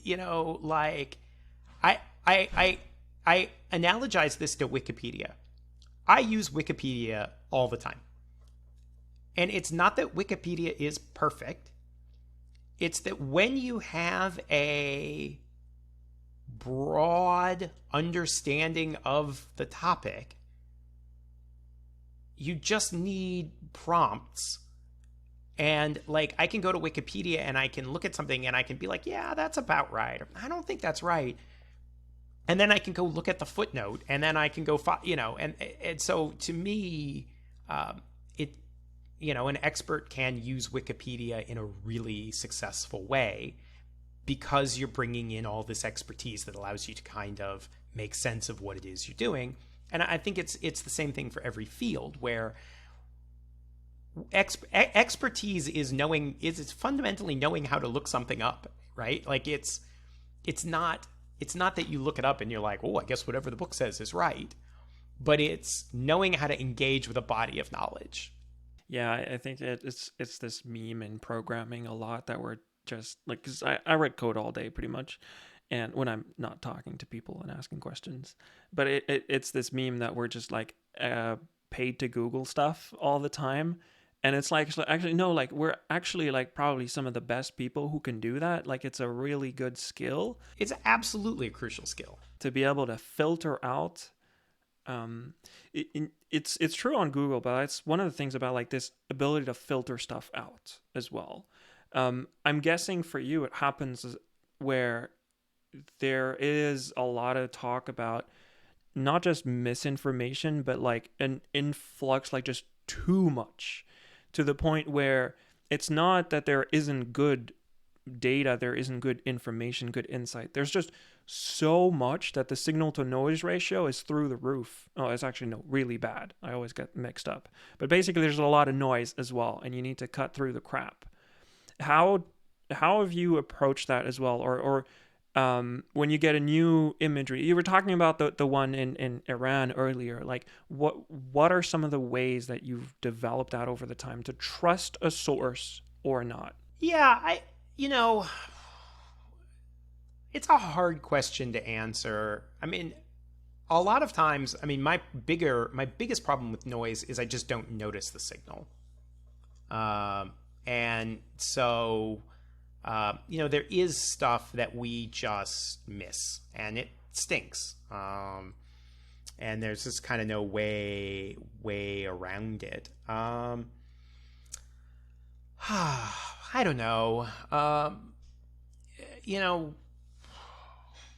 just thinking about that Iran case. I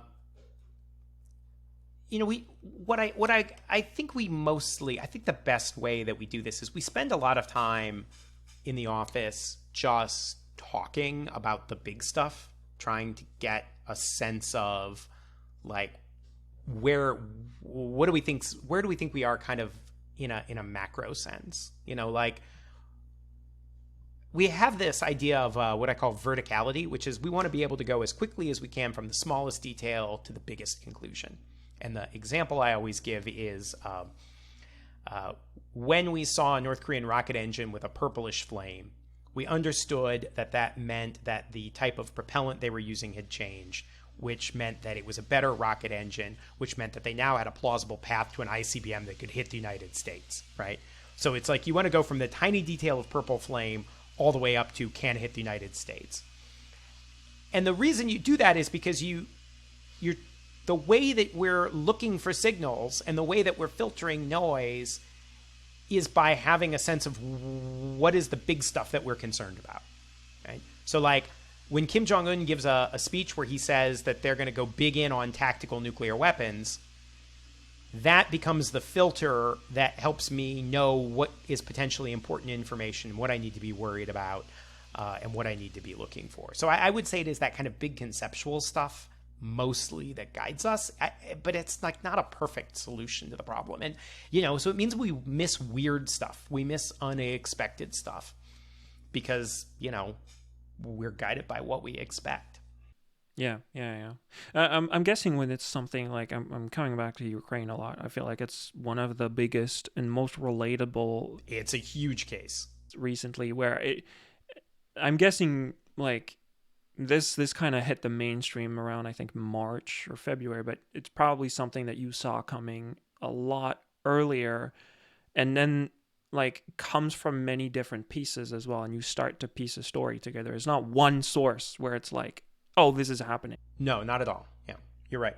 So with Ukraine, that's a very funny story in some ways, because for me, it starts like a decade ago.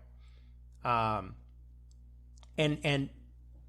I have been pretty dour about the future of Russia under Putin for a long time, which is weird because I'm not like a foreign policy hawk at all.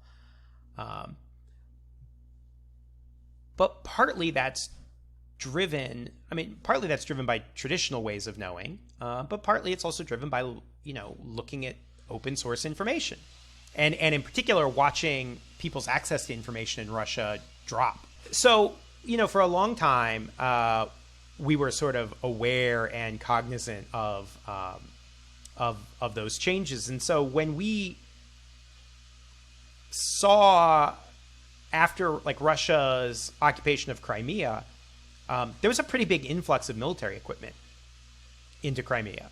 It wasn't like they grabbed. Sorry, just to interrupt. That's around 2000 to 2017, 14. I think. Yeah, 14. So I would 14. Say, yeah, right. I would So say in the years years ago. after that, we watched a pretty substantial buildup in military capabilities. Right. And so it's one of those things where I think if you're in the outside, the invasion comes out of the blue, and you're like, oh, holy hell! Like what are they doing? On the other hand, the seizure of Crimea, followed by all the military equipment that went into it, was sort of like attention getting, like, oh, that's interesting, right? And there was a period in which the Russians blocked some access to a Ukrainian port on the other side of the Kerch Strait. And so we were sort of seeing that stuff. And so when the administration started talking about the possibility of an invasion in, I think it was as early as the fall, we were like emotionally prepared for that possibility because we'd seen this for years. And then pretty quickly started seeing the satellite imagery that would support that. Right? And for me, satellite imagery is a pretty normal way for me of knowing about the world. And so it's something I'm familiar with looking at. And so like the stuff we were seeing wasn't normal. It didn't fit the normal pattern of life. The Russians like, oh, it's just an exercise. And it's like, really? Because I look at satellite images of exercises all the time, and that is not what this looks like to me. So I would say one of the biggest disconnects I saw in the lead up to the invasion is those of us who were working on the open source side were like totally convinced an invasion was coming. The Biden people were like, look, there's going to be an invasion. There is like a ring of steel and death that is being amassed around Ukraine. And we kind of looked at him like, yeah, checks out. And people who were used to other ways of knowing, like particularly people in Russia who thought of themselves as like, I don't know if they thought they were like just very adroit at understanding how people communicate or the decision-making structure, they were like, no, he'd never do it. And so there was like a really big gap in perception based on how you got your information about the world. So yeah, it was not like a single source. I would say it was literally years of seeing steady change in a particular direction, and then a pretty rapid period in the months before seeing things that just did not, they didn't look like exercises anymore. It looked like it was going to be an invasion. And by the way, that which the part where we call the invasion about an hour before it happens, that to me is a perfect example where... Wait, you actually called the invasion an hour before? Sorry, I just realized Yeah, we put it on Twitter. Oh, wow, I didn't realize that. Oh, yeah. So let me tell you what happened. This is a funny story. Yeah, sorry, please do. Sorry to interrupt, but I want to hear about that. Okay, so a couple days before the invasion, maybe 2 days, maybe it was only 24 hours, we got an image that Capella took that showed a Russian armored unit. There were tanks and armored personnel carriers. And there were a lot of them. And they were lined up in columns along the road. And this was a huge change for us because all the other Russian armored units we saw were parked in different ways. They were all parked, basically the vehicles were in like a square. And it's how they camped. So you had the tents, you had some vehicles parked in squares, and they would sit there for, months. This was a unit that was clearly on the move, right? So everything was lined up in columns, and there were no tents. So we were like, oh my God, this is a unit. It is very close to the border. It looks like it's going to pounce. And the Biden people had said publicly that there were Russian units moving into attack positions. And they didn't say what that meant, but from looking at all the imagery, it was clear to us that's what this was, right? This was a unit that had not been there before, that had just shown up, and they had just shown up, and they were not planning on staying.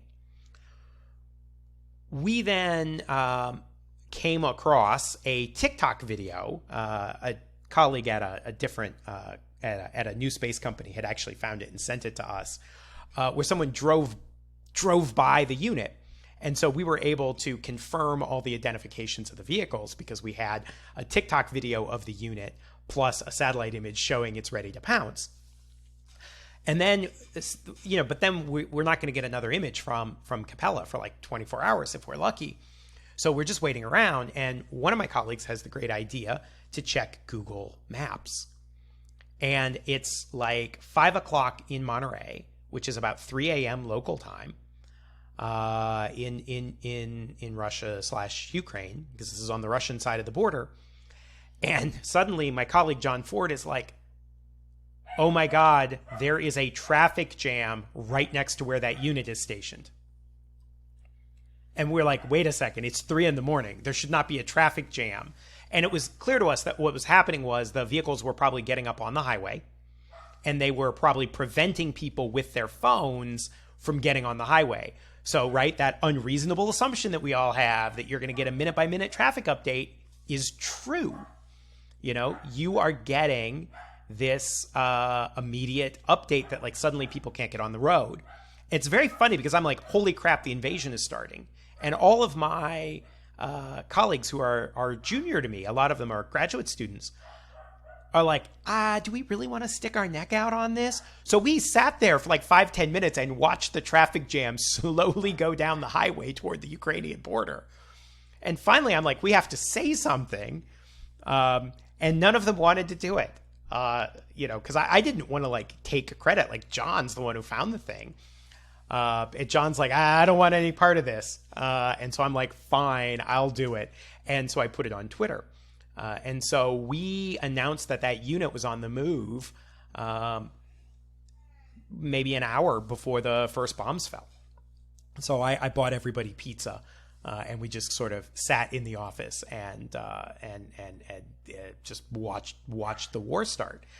That must be surreal to see it. It was totally like surreal. Live, yeah, on Google Maps. Yep. Well, because it's a real-time, updating of traffic. But, people are like, oh, you could see it on Google Maps, but you wouldn't have known what it was without the satellite image. Yeah. And you wouldn't have known what that satellite image meant unless you'd seen all the other satellite images, right? You needed to know what a normal unit looked like in order to understand that this unit was not normal. It was about to go somewhere, which would then cause you to watch Google Maps and to notice when they had started.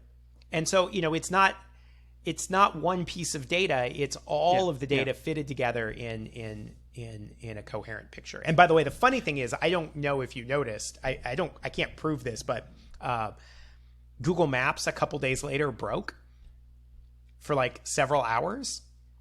They have never said why it broke for several hours, but they later announced that they had updated the software to prevent Russian analysts from doing in Ukraine what we had done in Russia, which, like, good for them. Of course they should have done that, but I'm like slightly nervous that I broke Google Maps. But it's again back to this point you were mentioning earlier about things you could do that you can no longer do that you might be able to do later again. 100%. And there are lots of traffic apps, right? It's not all Google. Yeah. And there are other kinds of tracking apps,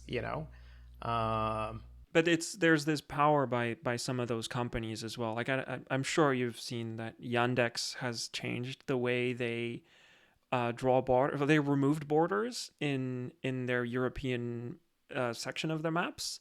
Like that's part of this thing where like a lot of the maps that we have, are made by some companies who can decide to change those narratives as well a little bit. So Yandex is Russian, by the way, for people who are not familiar, because I'm realizing not a lot of people necessarily know what Yandex is when we're used to Google Maps a lot, or it's Google in general. Yeah, Yandex has great algorithms for searching photographs. Like, it's really good at matching, much better than Google's reverse image search. So, as in, like, is that something that you use a lot? All the time.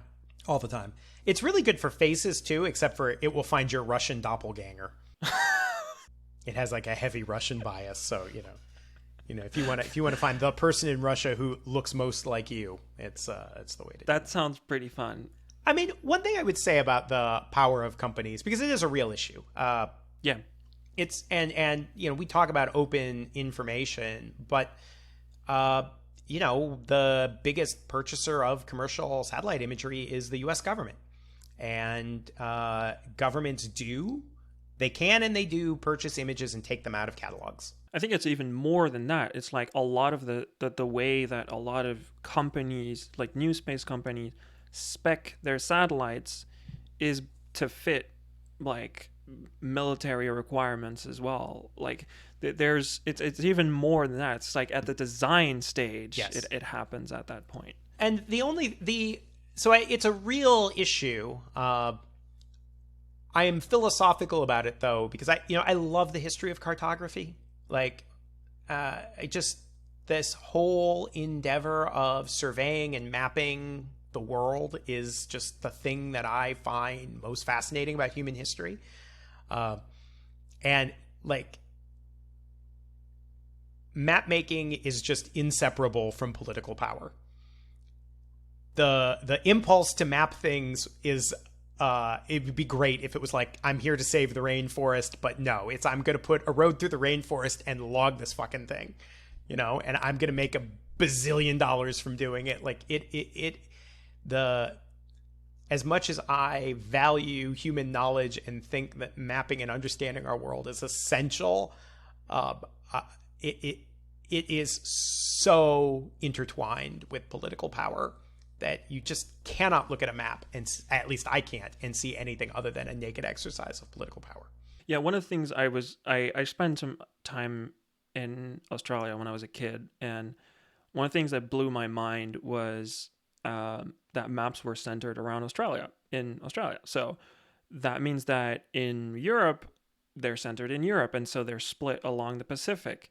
And then, so I don't know how it is in the US, but in Australia, it was like split in the Atlantic. So first of all, realizing how huge the Pacific is, but then like completely breaking my knowledge of like the world, like, oh wait, of course it doesn't end there. It just wraps around, but we have to split it somewhere. And like these things like that was one of that examples of like, hold on a second, this is not what I had internalized it was. And that political aspect was just like, where do you put the center when you unwrap the Earth into a plane? I mean, it's commonplace, but like north is up is just a convention. Yes. And yet if you put north down on a map, people get so angry.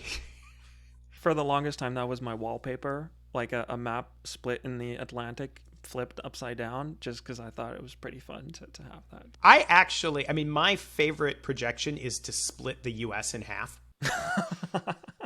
Well, because then you get to see both the relationship of the eastern seaboard to the transatlantic relationship, and you see the trans-Pacific relationship, and South America is forward enough that all of South America goes on one side. So you can like run a line basically down the middle of the US and put the US on both edges. But I recognize that that's like an extremely idiosyncratic decision to split a map. The first thing that comes to mind is like, there's gotta be a subreddit of people who do that like all day long. There's always a subreddit, right? Is there ever not a subreddit? Have you ever been like, oh, wow, I would have thought there'd be a subreddit? No, there's actually going to be 3 subreddits, and moderators desperately trying to like say like, I'm sorry, you want the projections subreddit. This is the map center subreddit. No, I'm sorry, that's the South is Up subreddit. So I wanna take a big step back and come back to again, things that we mentioned earlier that I'd like to come back. Let's talk money a little bit. You mentioned you started some of the work you wanted to do after being pissed at what happened in Iraq, and we've talked about like trying to raise money. How do you find the money, and also how do you stay like independent in in what you're doing? Because I'm sure you're pissing a lot of people off with some of the things that you might be saying sometimes. Yeah, it's difficult. So most of our funding comes from charitable foundations who are interested in reducing nuclear dangers, but that is a dramatically diminishing field. So when I got into this business, you could run a center like mine with grants from the Ford Foundation, the MacArthur Foundation, and the Carnegie Corporation of New York, plus, a few other smaller foundations. The Ford Foundation left the field. The MacArthur Foundation is leaving the field, and it's unclear to me how long the Carnegie Corporation will stay in. And so there has been an enormous contraction of funding. And interestingly, where there has been an expansion of funding, particularly if the effective altruism community, even though there is an emphasis in that community on existential risks, there is a real dissatisfaction with funding nuclear issues, policy work, substantive research on nuclear issues. So funding has become extremely difficult in recent years, and I think most of the field is probably facing severe retrenchment. So that's terrifying. Why is that so? Just the new sources of money don't find it that interesting. I mean, in the Cold War, there was a pretty dedicated commitment among large foundations to fund research into reducing the risk of a nuclear war. At the end of the Cold War, people felt like that problem was taken care of. And so there was one round of retrenchment. There was a brief flurry of interest about a decade ago when there was a lot of discussion about the possibility of eliminating nuclear weapons, which was never very realistic in my view, but, people made the argument. I think there was some truth to it, that you needed to have a big vision, even if that vision was ultimately not attainable. And I think that wave has now worn off. And the consequence of that wave wearing off is that MacArthur, one of the biggest foundations in the field, is exiting. So that, leaves us in a really tough place. We have to find a way to appeal to new donors or we go extinct. It is really tough to maintain one's independence. Charitable foundations are usually pretty good about that because, you have a sort of general commitment to the truth. I don't know what to say. We've been able to navigate it successfully so far. I am lucky, I think, in that I just have a personality that, I'm kind of difficult, and if I think something's true, I'm going to say that thing, and if it costs me a bunch of money, I'm still probably going to do it because I'm a pain in the ass that way. But I think it's it's an issue that you have to be conscious of. I'm pretty straightforward about my views, so the kind of people who are willing to support my work kind of know what they're in for, so that's been okay. But there's a lot of, we don't do very much advocacy. I mean, I have policy views because I do the substantive work, but if you were in the straight advocacy community, I think that field, that's a lot tougher. We try to focus our fundraising on education, training, and research as much as we can. And there's a little advocacy, but we try to do less of that. And that makes it a slightly less stressful environment. I'm not sure I understand what the advocacy is in this scenario. Well, so, if you imagine, let's take North Korea, for example. Mm-hmm. There's a straight factual question. How many nuclear weapons does North Korea have? What kind of missiles do they deploy those weapons on? Is that number likely to increase in the future? But then there's a slippery slope. Because then your real question is, why are the North Koreans doing this? And yeah, I think the right way to answer that question is by watching their behavior and making inferences based on the things they do and the things they say. And then that naturally leads to the question of what should we do about that problem? And I have opinions about that. And I try to separate the how many nuclear weapons they have from Jeffrey's opinion about what to do about North Korea's nuclear weapons. But those two things are often linked because it's I see them behaving in a certain way. I have conclusions about why they're behaving in a certain way, and that naturally leads me to certain views about what we should do about the problem. And we try to emphasize the first 2/3 of that.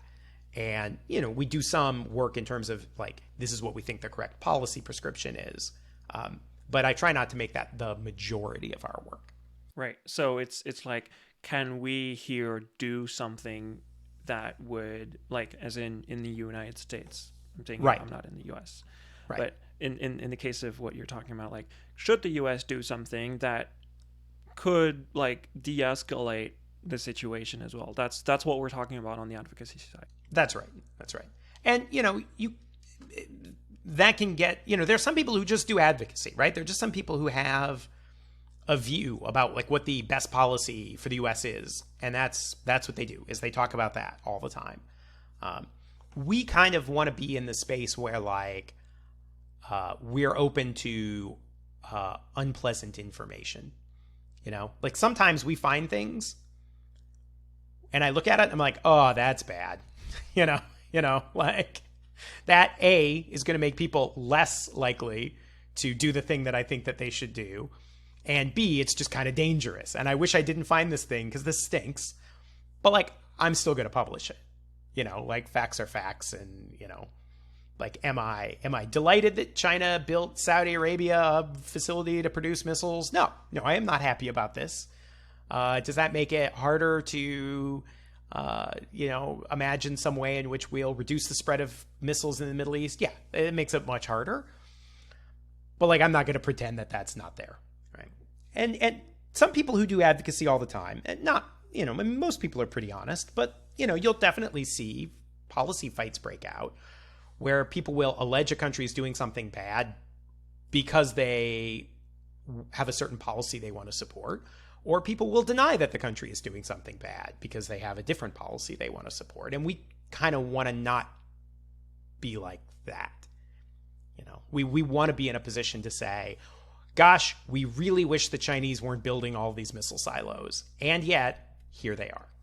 Yeah, I see. Like, it sounds a little bit like maybe this is a very simplified version of it, but the difference between like maybe on the journalism side about like reporting what's happening, and then on the policy or politics about like what do you do about the things that you've reported on. That's right. We try to stay in that first quadrant, or that first third. We try to stay in that first 2/3.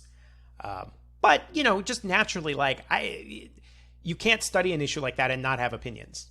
I can imagine. Yeah, of course. I mean, I often think it's a little bit like, it's a little bit like climate change. Like, if you believe it's happening and you believe it is driven by human beings, you're going to have opinions about what we should do to stop it, and at some level, people are like, well, that's advocacy or that's partisan. And you're like, well, it is, but it is not like it. I've come by that honestly. Yeah, I kind of, because there's no way to just not be advocate or being engaged in it, rather than like, oh, this is explicitly it. It's more like you can't really not be like that. I think you just, the whole point of understanding the world is to have opinions about the world. Like, I don't know. But unwelcome information for me is the test, is if you really want a certain thing to be true and it turns out it's not, are you willing to accept that? And if you are, then I think you're still doing real and serious research. You mentioned that if I caught that correctly, you said like the work at Middlebury is half of the work that you're doing.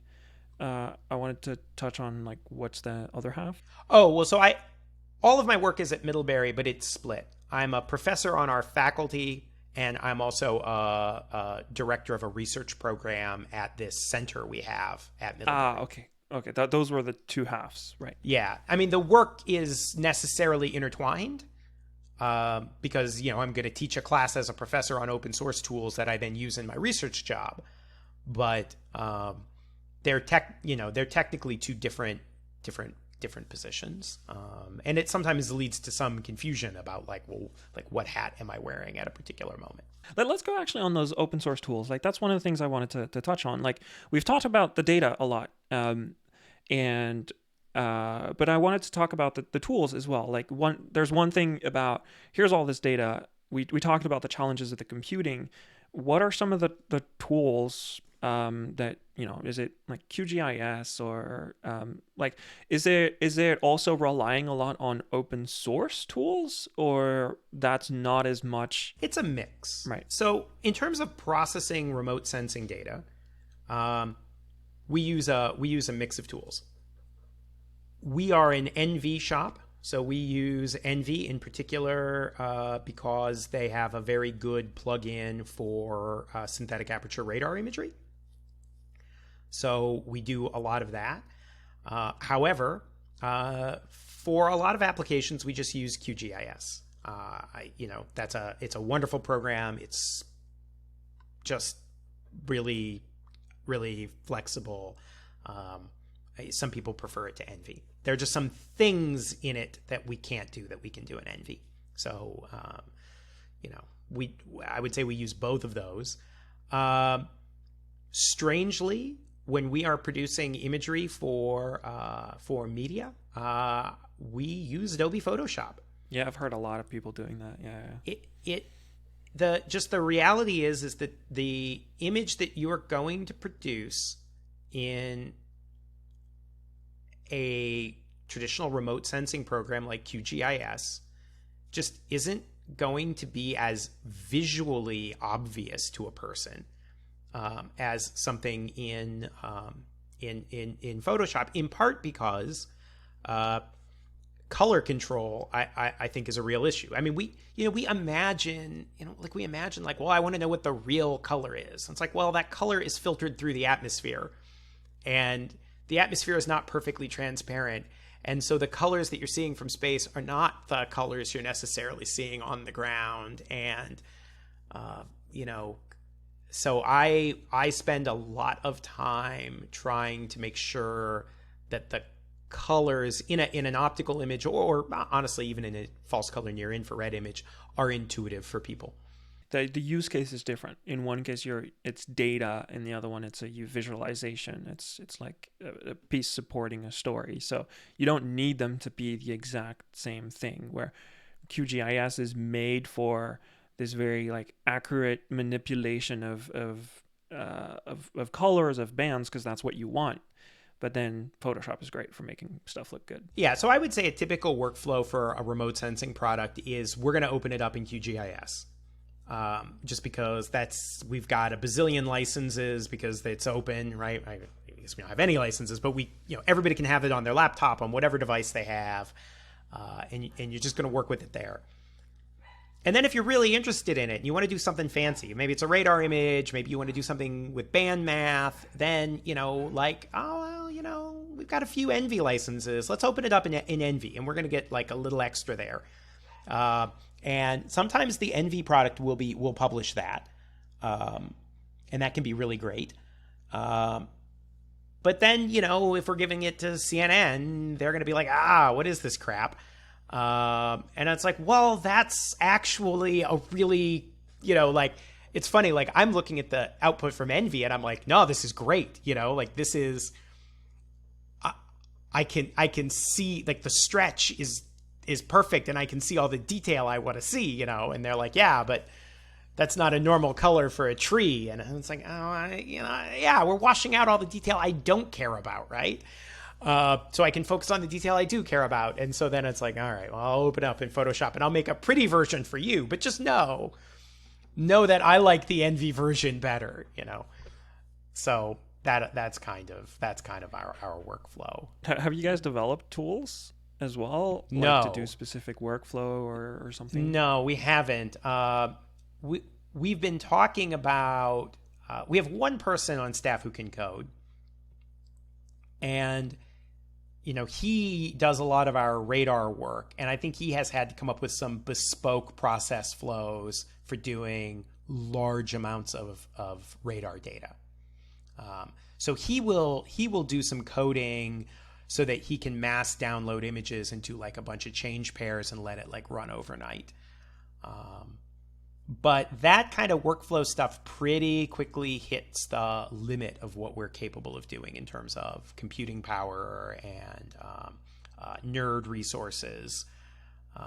So, like, I mean, like, God, I would love to have just $1 million, you know, like, just I'd love to be able to have the computers we need and hire all the people we need, and importantly, because all the work we do is soft money, to not have to necessarily deliver a particular thing, you know, because I find that, like, when we have money to experiment with, the outcome is so much better than when we have money to do a specific thing. Because, like, the thing we come up with is usually, like, a pretty good idea. But the stuff we come up with while we're doing that is, like, where the real gold is. Right.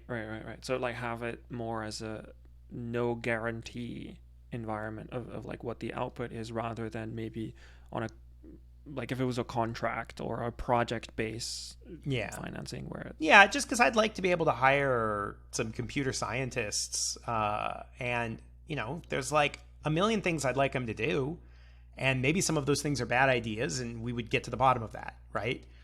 And maybe some of them are great ideas, and we would discover those. And I just can't necessarily prejudge. There's a famous example of this I get a kick out of. I don't know if you know Cliff Stoll. He wrote a book on basically the first hacker that ever got serious attention in the US. It was this German guy in the 80s who was hacking into Lawrence Berkeley Laboratory, and basically selling the stuff he found to the KGB for drug money. Because, you know, it's the 80s, right? So, like, what do? Like, you're a hacker, you break into stuff, you give the stuff to the KGB, and then you go buy coke, and then you hack more, I guess. And so he wrote, like, it's the classic book on hacking. And it's an incredible book. And the crazy thing about Stoll is he can't get anybody at the lab to take seriously an intrusion by a hacker. Because computers are new enough in the 80s that, like, the people are like, is this a crime? I mean, isn't it like he's just, like, looking in our window? Can't we close our windows? You know, like, they can't literally, like, work out, like, no, this is a security vulnerability. This is a bad thing. Like, we have to, like, make this guy stop. And he can't get any computing time or formal staff time to, like, look for this guy, this hacker.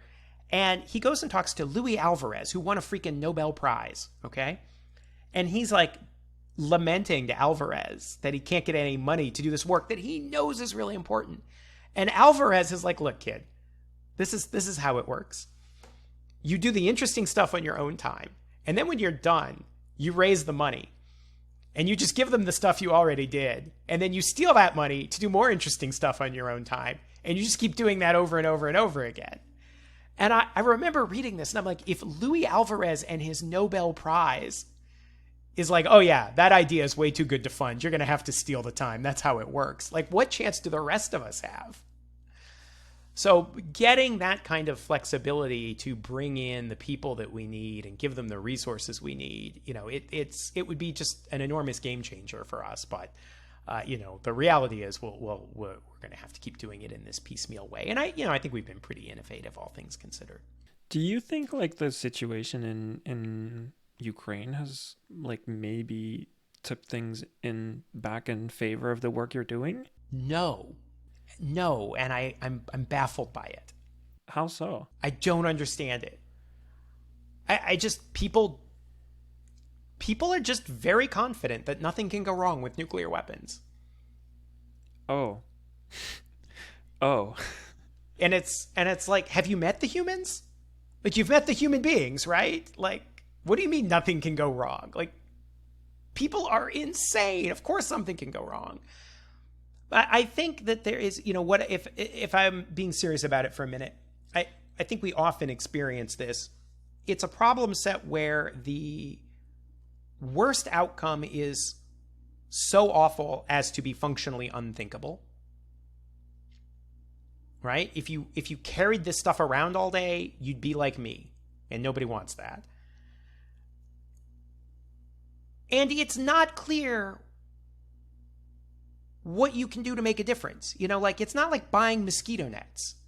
Like, I understand, like, if you are passionate about saving people's lives, and I come to you and I'm like, cut me a check for $7,000 and I'll buy enough mosquito nets and 2 people's lives will be saved. You're like, great.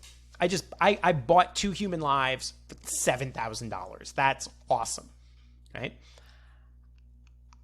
I admit, like, my field it's like, give us a couple $100,000. We'll spend a few years thinking about the problem. I might discover some Chinese silos, and the answer at the end might be things are more dangerous than they were before. I don't know what to do about this. Or I do know what to do about this, but no one listens. So, I understand it can be a hard sell. I mean, I have the kind of simple view that, like, it's an existential challenge we face. It's like one of the few things that we can do as a species to end ourselves. And given the scale of what a nuclear war would look like, even at like $3,500 a life saved by mosquito nets, that still means we should be spending like many tens of millions of dollars a year trying to reduce nuclear dangers. Like even a very small reduction in the risk of nuclear war on the order of like 0.5% or 1%, given that you are aggregating that over time and that you are dealing with an event that could kill hundreds of millions of people, it is a really good investment. But nobody listens to me. That's my thing. No one ever listens to me. That's why it was so easy to get you on the podcast, right? Yeah, that's right. Like, eventually somebody's going to be like, wait a second, you're right. And then I'm going to like have to buy that person beer for the rest of his or her life. I was preparing for the podcast. I went down like a bit of a rabbit hole on YouTube about like, so what would happen, say, if we blew stuff up? And it's like, there's a lot of stuff where they don't really talk about what would happen. They just talk about the numbers. Yeah. And then you go back to like, okay, what happened in like Hiroshima? And you're like, oh, okay, wow. And like for an evening, I was like, oh my God, like just unable, I couldn't eat much. And it's like, okay, how many people again? Yeah, I'm on the governor of Hiroshima's roundtable on nuclear disarmament. Before the pandemic, I go to Hiroshima every year. And, it never ceases to be a very powerful experience. And it really impresses upon me how much of the way we talk about nuclear weapons is organized to avoid us really thinking about how horrible nuclear weapons really are. Like, the reason we do numbers is that it's a very sanitized experience, even though we're talking about vast numbers, right? Hundreds of millions of people dying. And honestly, Barack Obama did this in the speech he gave in Prague when he talked about seeking a world without nuclear weapons. He briefly mentioned, imagine if Prague was struck by a nuclear weapon, and he's like, all this would be destroyed in a flash of light. And it's like, oh, buddy, no, it wouldn't. It would be so much worse than that, right? It would be days of just incredible suffering, to the point where people like me who work on these issues, people are always like, do you have a bug out bag? What's your plan in a nuclear war? And it's like, my plan in a nuclear war is to go outside with a beer and a big foam I'm number one signal and like go in the first wave, right? The living will envy the dead. You don't want to live through that, and that's just hard. I think that's just a really hard thing to grapple with. And what I think it means is it becomes really hard to convince people to invest their emotional time and energy in averting it, because it can be kind of a bummer. I think that's a bit of an understatement. Yeah. I mean, like, whereas if I show up to you and be like, here are some poor people, you can make their life demonstrably better. Like, I get it. Why people are like, actually, I'm going to go with the fun person who, like, I could just write, the check and, like, I can get, like, a nice letter from the person whose life I saved. Like, that would be, like, a much more, it's a much more positive experience. Yeah, I get you. I think just calling it a bit of a bummer is... Well, you learn understatement in this business. Yeah. So I wanted to ask, actually, did you work with to get back to outside of death looming and killing, nearly half of humanity, which is a bit of a bummer, on the working with people, because a lot of this work is in the open. Mm-hmm. I just wanted to know, is there work with other people who just are from the outside who just want to help out, the open source community, or people on I don't know, on Twitter, there's probably a subreddit for this kind of thing. Let's not pretend there isn't. What's the interaction with that? Yeah, there is a ton of people who are just amateurs, who do really great work. And I interact with those people mostly on Twitter. It's the one thing I would say is that there is a real limit to what you can do with amateurism just because of the resources involved. The crowd is great at a bunch of stuff. And actually with the podcast, we have a Slack channel, and the Slack channel is basically functionally a group of incredibly talented and dedicated amateurs. And the stuff they do is amazing. We have reporters who are members of the Slack channel who will occasionally write stories about the stuff that they find. So you can do this stuff as an amateur and do genuinely attention-getting work. The challenge is always that there comes a point where you hit a resource constraint. You're going to be using QGIS, but maybe there's some stuff you'd want to use Envy for. You're going to be using Sentinel and Landsat, but you're going to be harder pressed to get high resolution imagery. And so, I think, as I said earlier when we were talking about students, some people just have that talent and that passion and that drive, and those people are capable of doing as good of work as anybody else if they put their mind to it. And honestly, often they are expert in something else, So it's I think of them as an amateur, but they have this whole other day job, where they are, world-class professional. And so it's not they're deeply competent, intelligent people. So I would say if, you have a passion for this, if you think you might be good at it, just jump in with both feet, bring whatever skill set and capabilities you have. There's a lot of stuff out there in the open that you can use. And usually if you're pretty passionate and involved, there's enough of a network that people help one another out, definitely I will go get satellite images for people, if they're regularly doing, really cool stuff and they just don't happen to have access to something. And it's I could put you in touch with some people and we could get you an image, that's real work. I'm working with one person who I've been really neglecting because he's based in Australia, but he was a high school student when he started contacting me. And, whatever. I mean, he was 17 years old, but he knew how to interpret an image correctly. So, and I was perfectly happy to put him in touch with Planet, and, we took some pictures. Let's talk a little bit about the podcast quickly. I think you mentioned, so it's Arms Control Wonk. I think it started as a blog.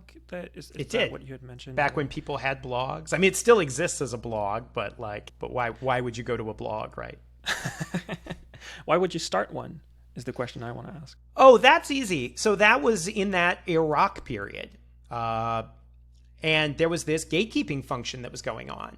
So I'm having this experience of everybody I know who is an academic thinks the Iraq war is a terrible idea. Most of them are deeply skeptical that there are weapons of mass destruction programs in the way that they are being described. And, yet if I want to write an article, nobody's going to publish my article.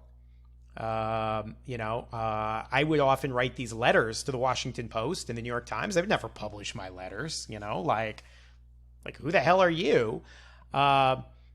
And my personality being such that it is, I basically was well, that's fine. If you're going to gatekeep, I'll just have my blog and I will just say honestly what I think about you people, which is not very nice. And it turned out then once I had people's attention, I would meet people and be like, oh, you're not as bad as I said. Maybe I should be slightly nicer on the blog. But it really was like I was very frustrated with the gatekeeping function. I felt like I had things to say, that the people I knew had things to say, and that what passed for commentary was pretty lousy. And and to be honest, in the defense of that ancient media environment, in the old days when the paper was a thing that you got in a physical form, there were only so many column inches. And so as an older person, I am more sympathetic. I understand that, if you are limited by the physical space in the newspaper, you're going to make decisions about what level of detail to provide. It's just, it was frustrating for me because it's like, but that level of detail is inadequate to understanding this issue, So I felt like there was this poor treatment of our issues, a fair amount of gatekeeping, and I had a fairly big ego, and so I decided, like, screw you people, I can just go ahead and publish myself. So when did that turn into a podcast? About like 7-8 years ago. And I love podcasts because I listen to them all the time. And I got to the point where writing for social media and writing a column, I was writing a lot for Foreign Policy back then, that it still felt a little constraining. I like having a kind of freewheeling conversation. I often find, by the way, that I'll say things and I'll say them in a slightly inflammatory way. But if you hear me say them and you hear all the things I say, it's not quite as bad as reading it. I don't do transcripts, by the way, just so you know. Well, I make fun of myself too, right? Like I think we're all kind of ridiculous, and like that tone doesn't always come through when you're writing and criticizing someone. Yeah. And like I find it easier to criticize someone when I'm talking because I can give them their due. And I can be funny about a thing that I disagree with and maybe even a little bit scathing, but I can do it it's easier for me verbally to do it in a way that conveys that that I don't, necessarily have contempt for this person. I just disagree. Right? And sometimes I have contempt for people and that comes through, but that's less often. And I knew this guy, Aaron Stein, who was a former graduate of our program. We had a bunch of mutual friends in common, and we interacted a little bit, and we just had like a really easygoing conversation. And he was like, we should do a podcast. And I was like, yeah, okay. That's just right up my alley. And I like it. Yeah. It comes across in the episodes you do. Like that's part of the things that are fun. When I started writing, my mental model was always, I want to write like you as the reader are listening to me explaining something to a friend at a bar. Like I want to write in a vivid conversational style that conveys the essence of something. And yes, there will be times when it'll be complicated and we have to go into the details, but like I find this subject really interesting and I want it to feel vibrant and alive.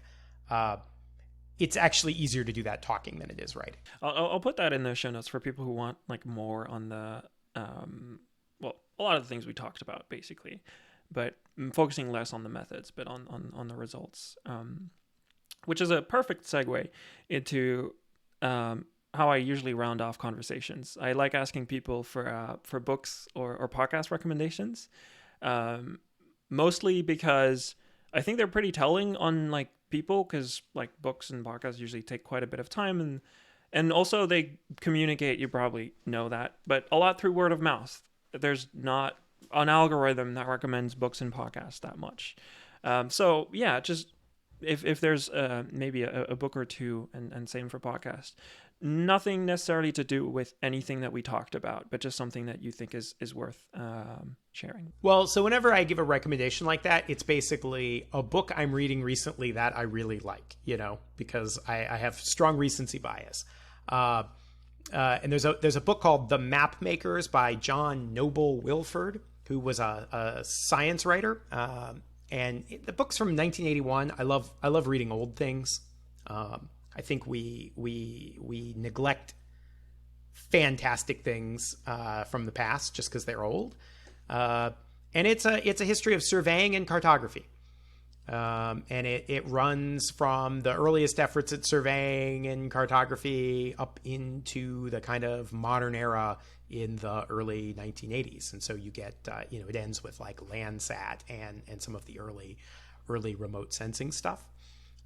To me, it's just an incredible accounting of this activity, which, we're kind of part of, I mean, I don't make maps, but I am deeply interested in how, I'm deeply interested in geospatial kinds of knowing, and this is kind of the foundation of all that. And he does, I think, a very good job both of talking about the practicalities, which I love. I love the details of anything. It's important to know why someone is, why the French do the first survey of France. That's important to know. I also love knowing every single detail about how you literally do a survey in the 18th century. So that to me has been just an incredible book. I feel like I need to turn around because they're all sitting on my shelf at the moment. That's been really good. Oh, well, God, this is so lame. Tom Ager, who wrote this book on synthetic aperture radar, that has just come out. It is an incredible book because it is, it's not a book of electrical engineering. It's actually a book for a fairly technical-minded person, but not necessarily a full-on technical person, about how synthetic aperture radar works. And I would say that's fairly mind-blowing. I mean, I did not really understand how strange radar is as a remote sensing tool until I started reading the book. I've heard a lot of great things about it. It's really wonderful. I actually think there's still room for yet another book. He says this is intended for that it's simplified for the professional. It's, I think, still one level above that. I really struggle to hang with this book. I could use one level lower of detail. But it's really a masterpiece, and he should be really, really proud. And, so yeah, I think the map makers, and I think it's called The Essentials of SAR. I have to turn around and look. Those are both really good. Podcasts, I love podcasts. I can relate.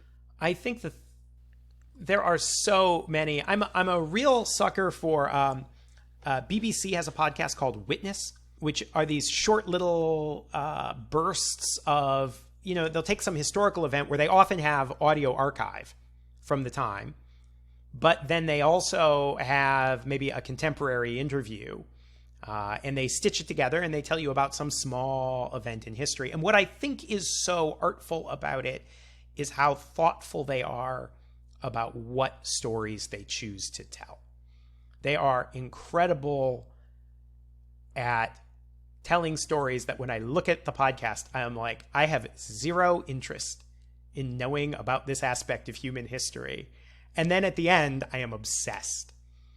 And so there are so few things that can refuse my expectations so effectively. And I don't know how they do it. I don't know how they do it, but I am consistently learning about events in history that I had no idea about, and in ways that make me want to know even more. That sounds like a wonderful place to end it. Jeffrey, thanks for spending some of your valuable time with me. It's been a great conversation. Yeah, it's been so much fun. I hope you enjoyed this conversation with Dr. Jeffrey Lewis. There are many stories about how we use data, and specifically satellite imagery and geospatial data, to tell a lot of stories. And I'm pretty excited to have people on like Jeffrey to help tell his stories and the stories that he uncovers in the open with this kind of data. And I really suggest you taking a look at what Jeffrey's done, either on his podcast or following him on social media, to keep an eye on what his team and himself are doing. As for myself, I really am dedicated to trying to keep doing a lot of these conversations and bringing to you a lot of the stories. I think we don't do a great job all the time in Earth observation and in the geospatial industry at telling some of the stories of what is happening and what we're doing with this data. So I'd also really appreciate your support in helping me in this endeavor by spreading the word, like sharing this podcast. That really helps growing it. If you think there are people that could find these conversations interesting, I'd really appreciate it if you could take the time to talk to someone about it. Something that's also really helpful is to leave a review either on Apple Podcast or on Spotify if you listen to the audio, or just leave me a comment on YouTube if that's where you are. I'm always looking for feedback, and this always helps signal to a potential audience, but also to potential guests that there's a legitimate interest in this podcast, and it helps me make a case for getting bigger name guests. Finally, I just wanted to say thanks for listening. This one was particularly long, and so if you made it all the way to the end, thanks a lot for your time. Really appreciate it. I hope it was insightful and useful for you. And with all of that, hope to catch you next time. Cheers.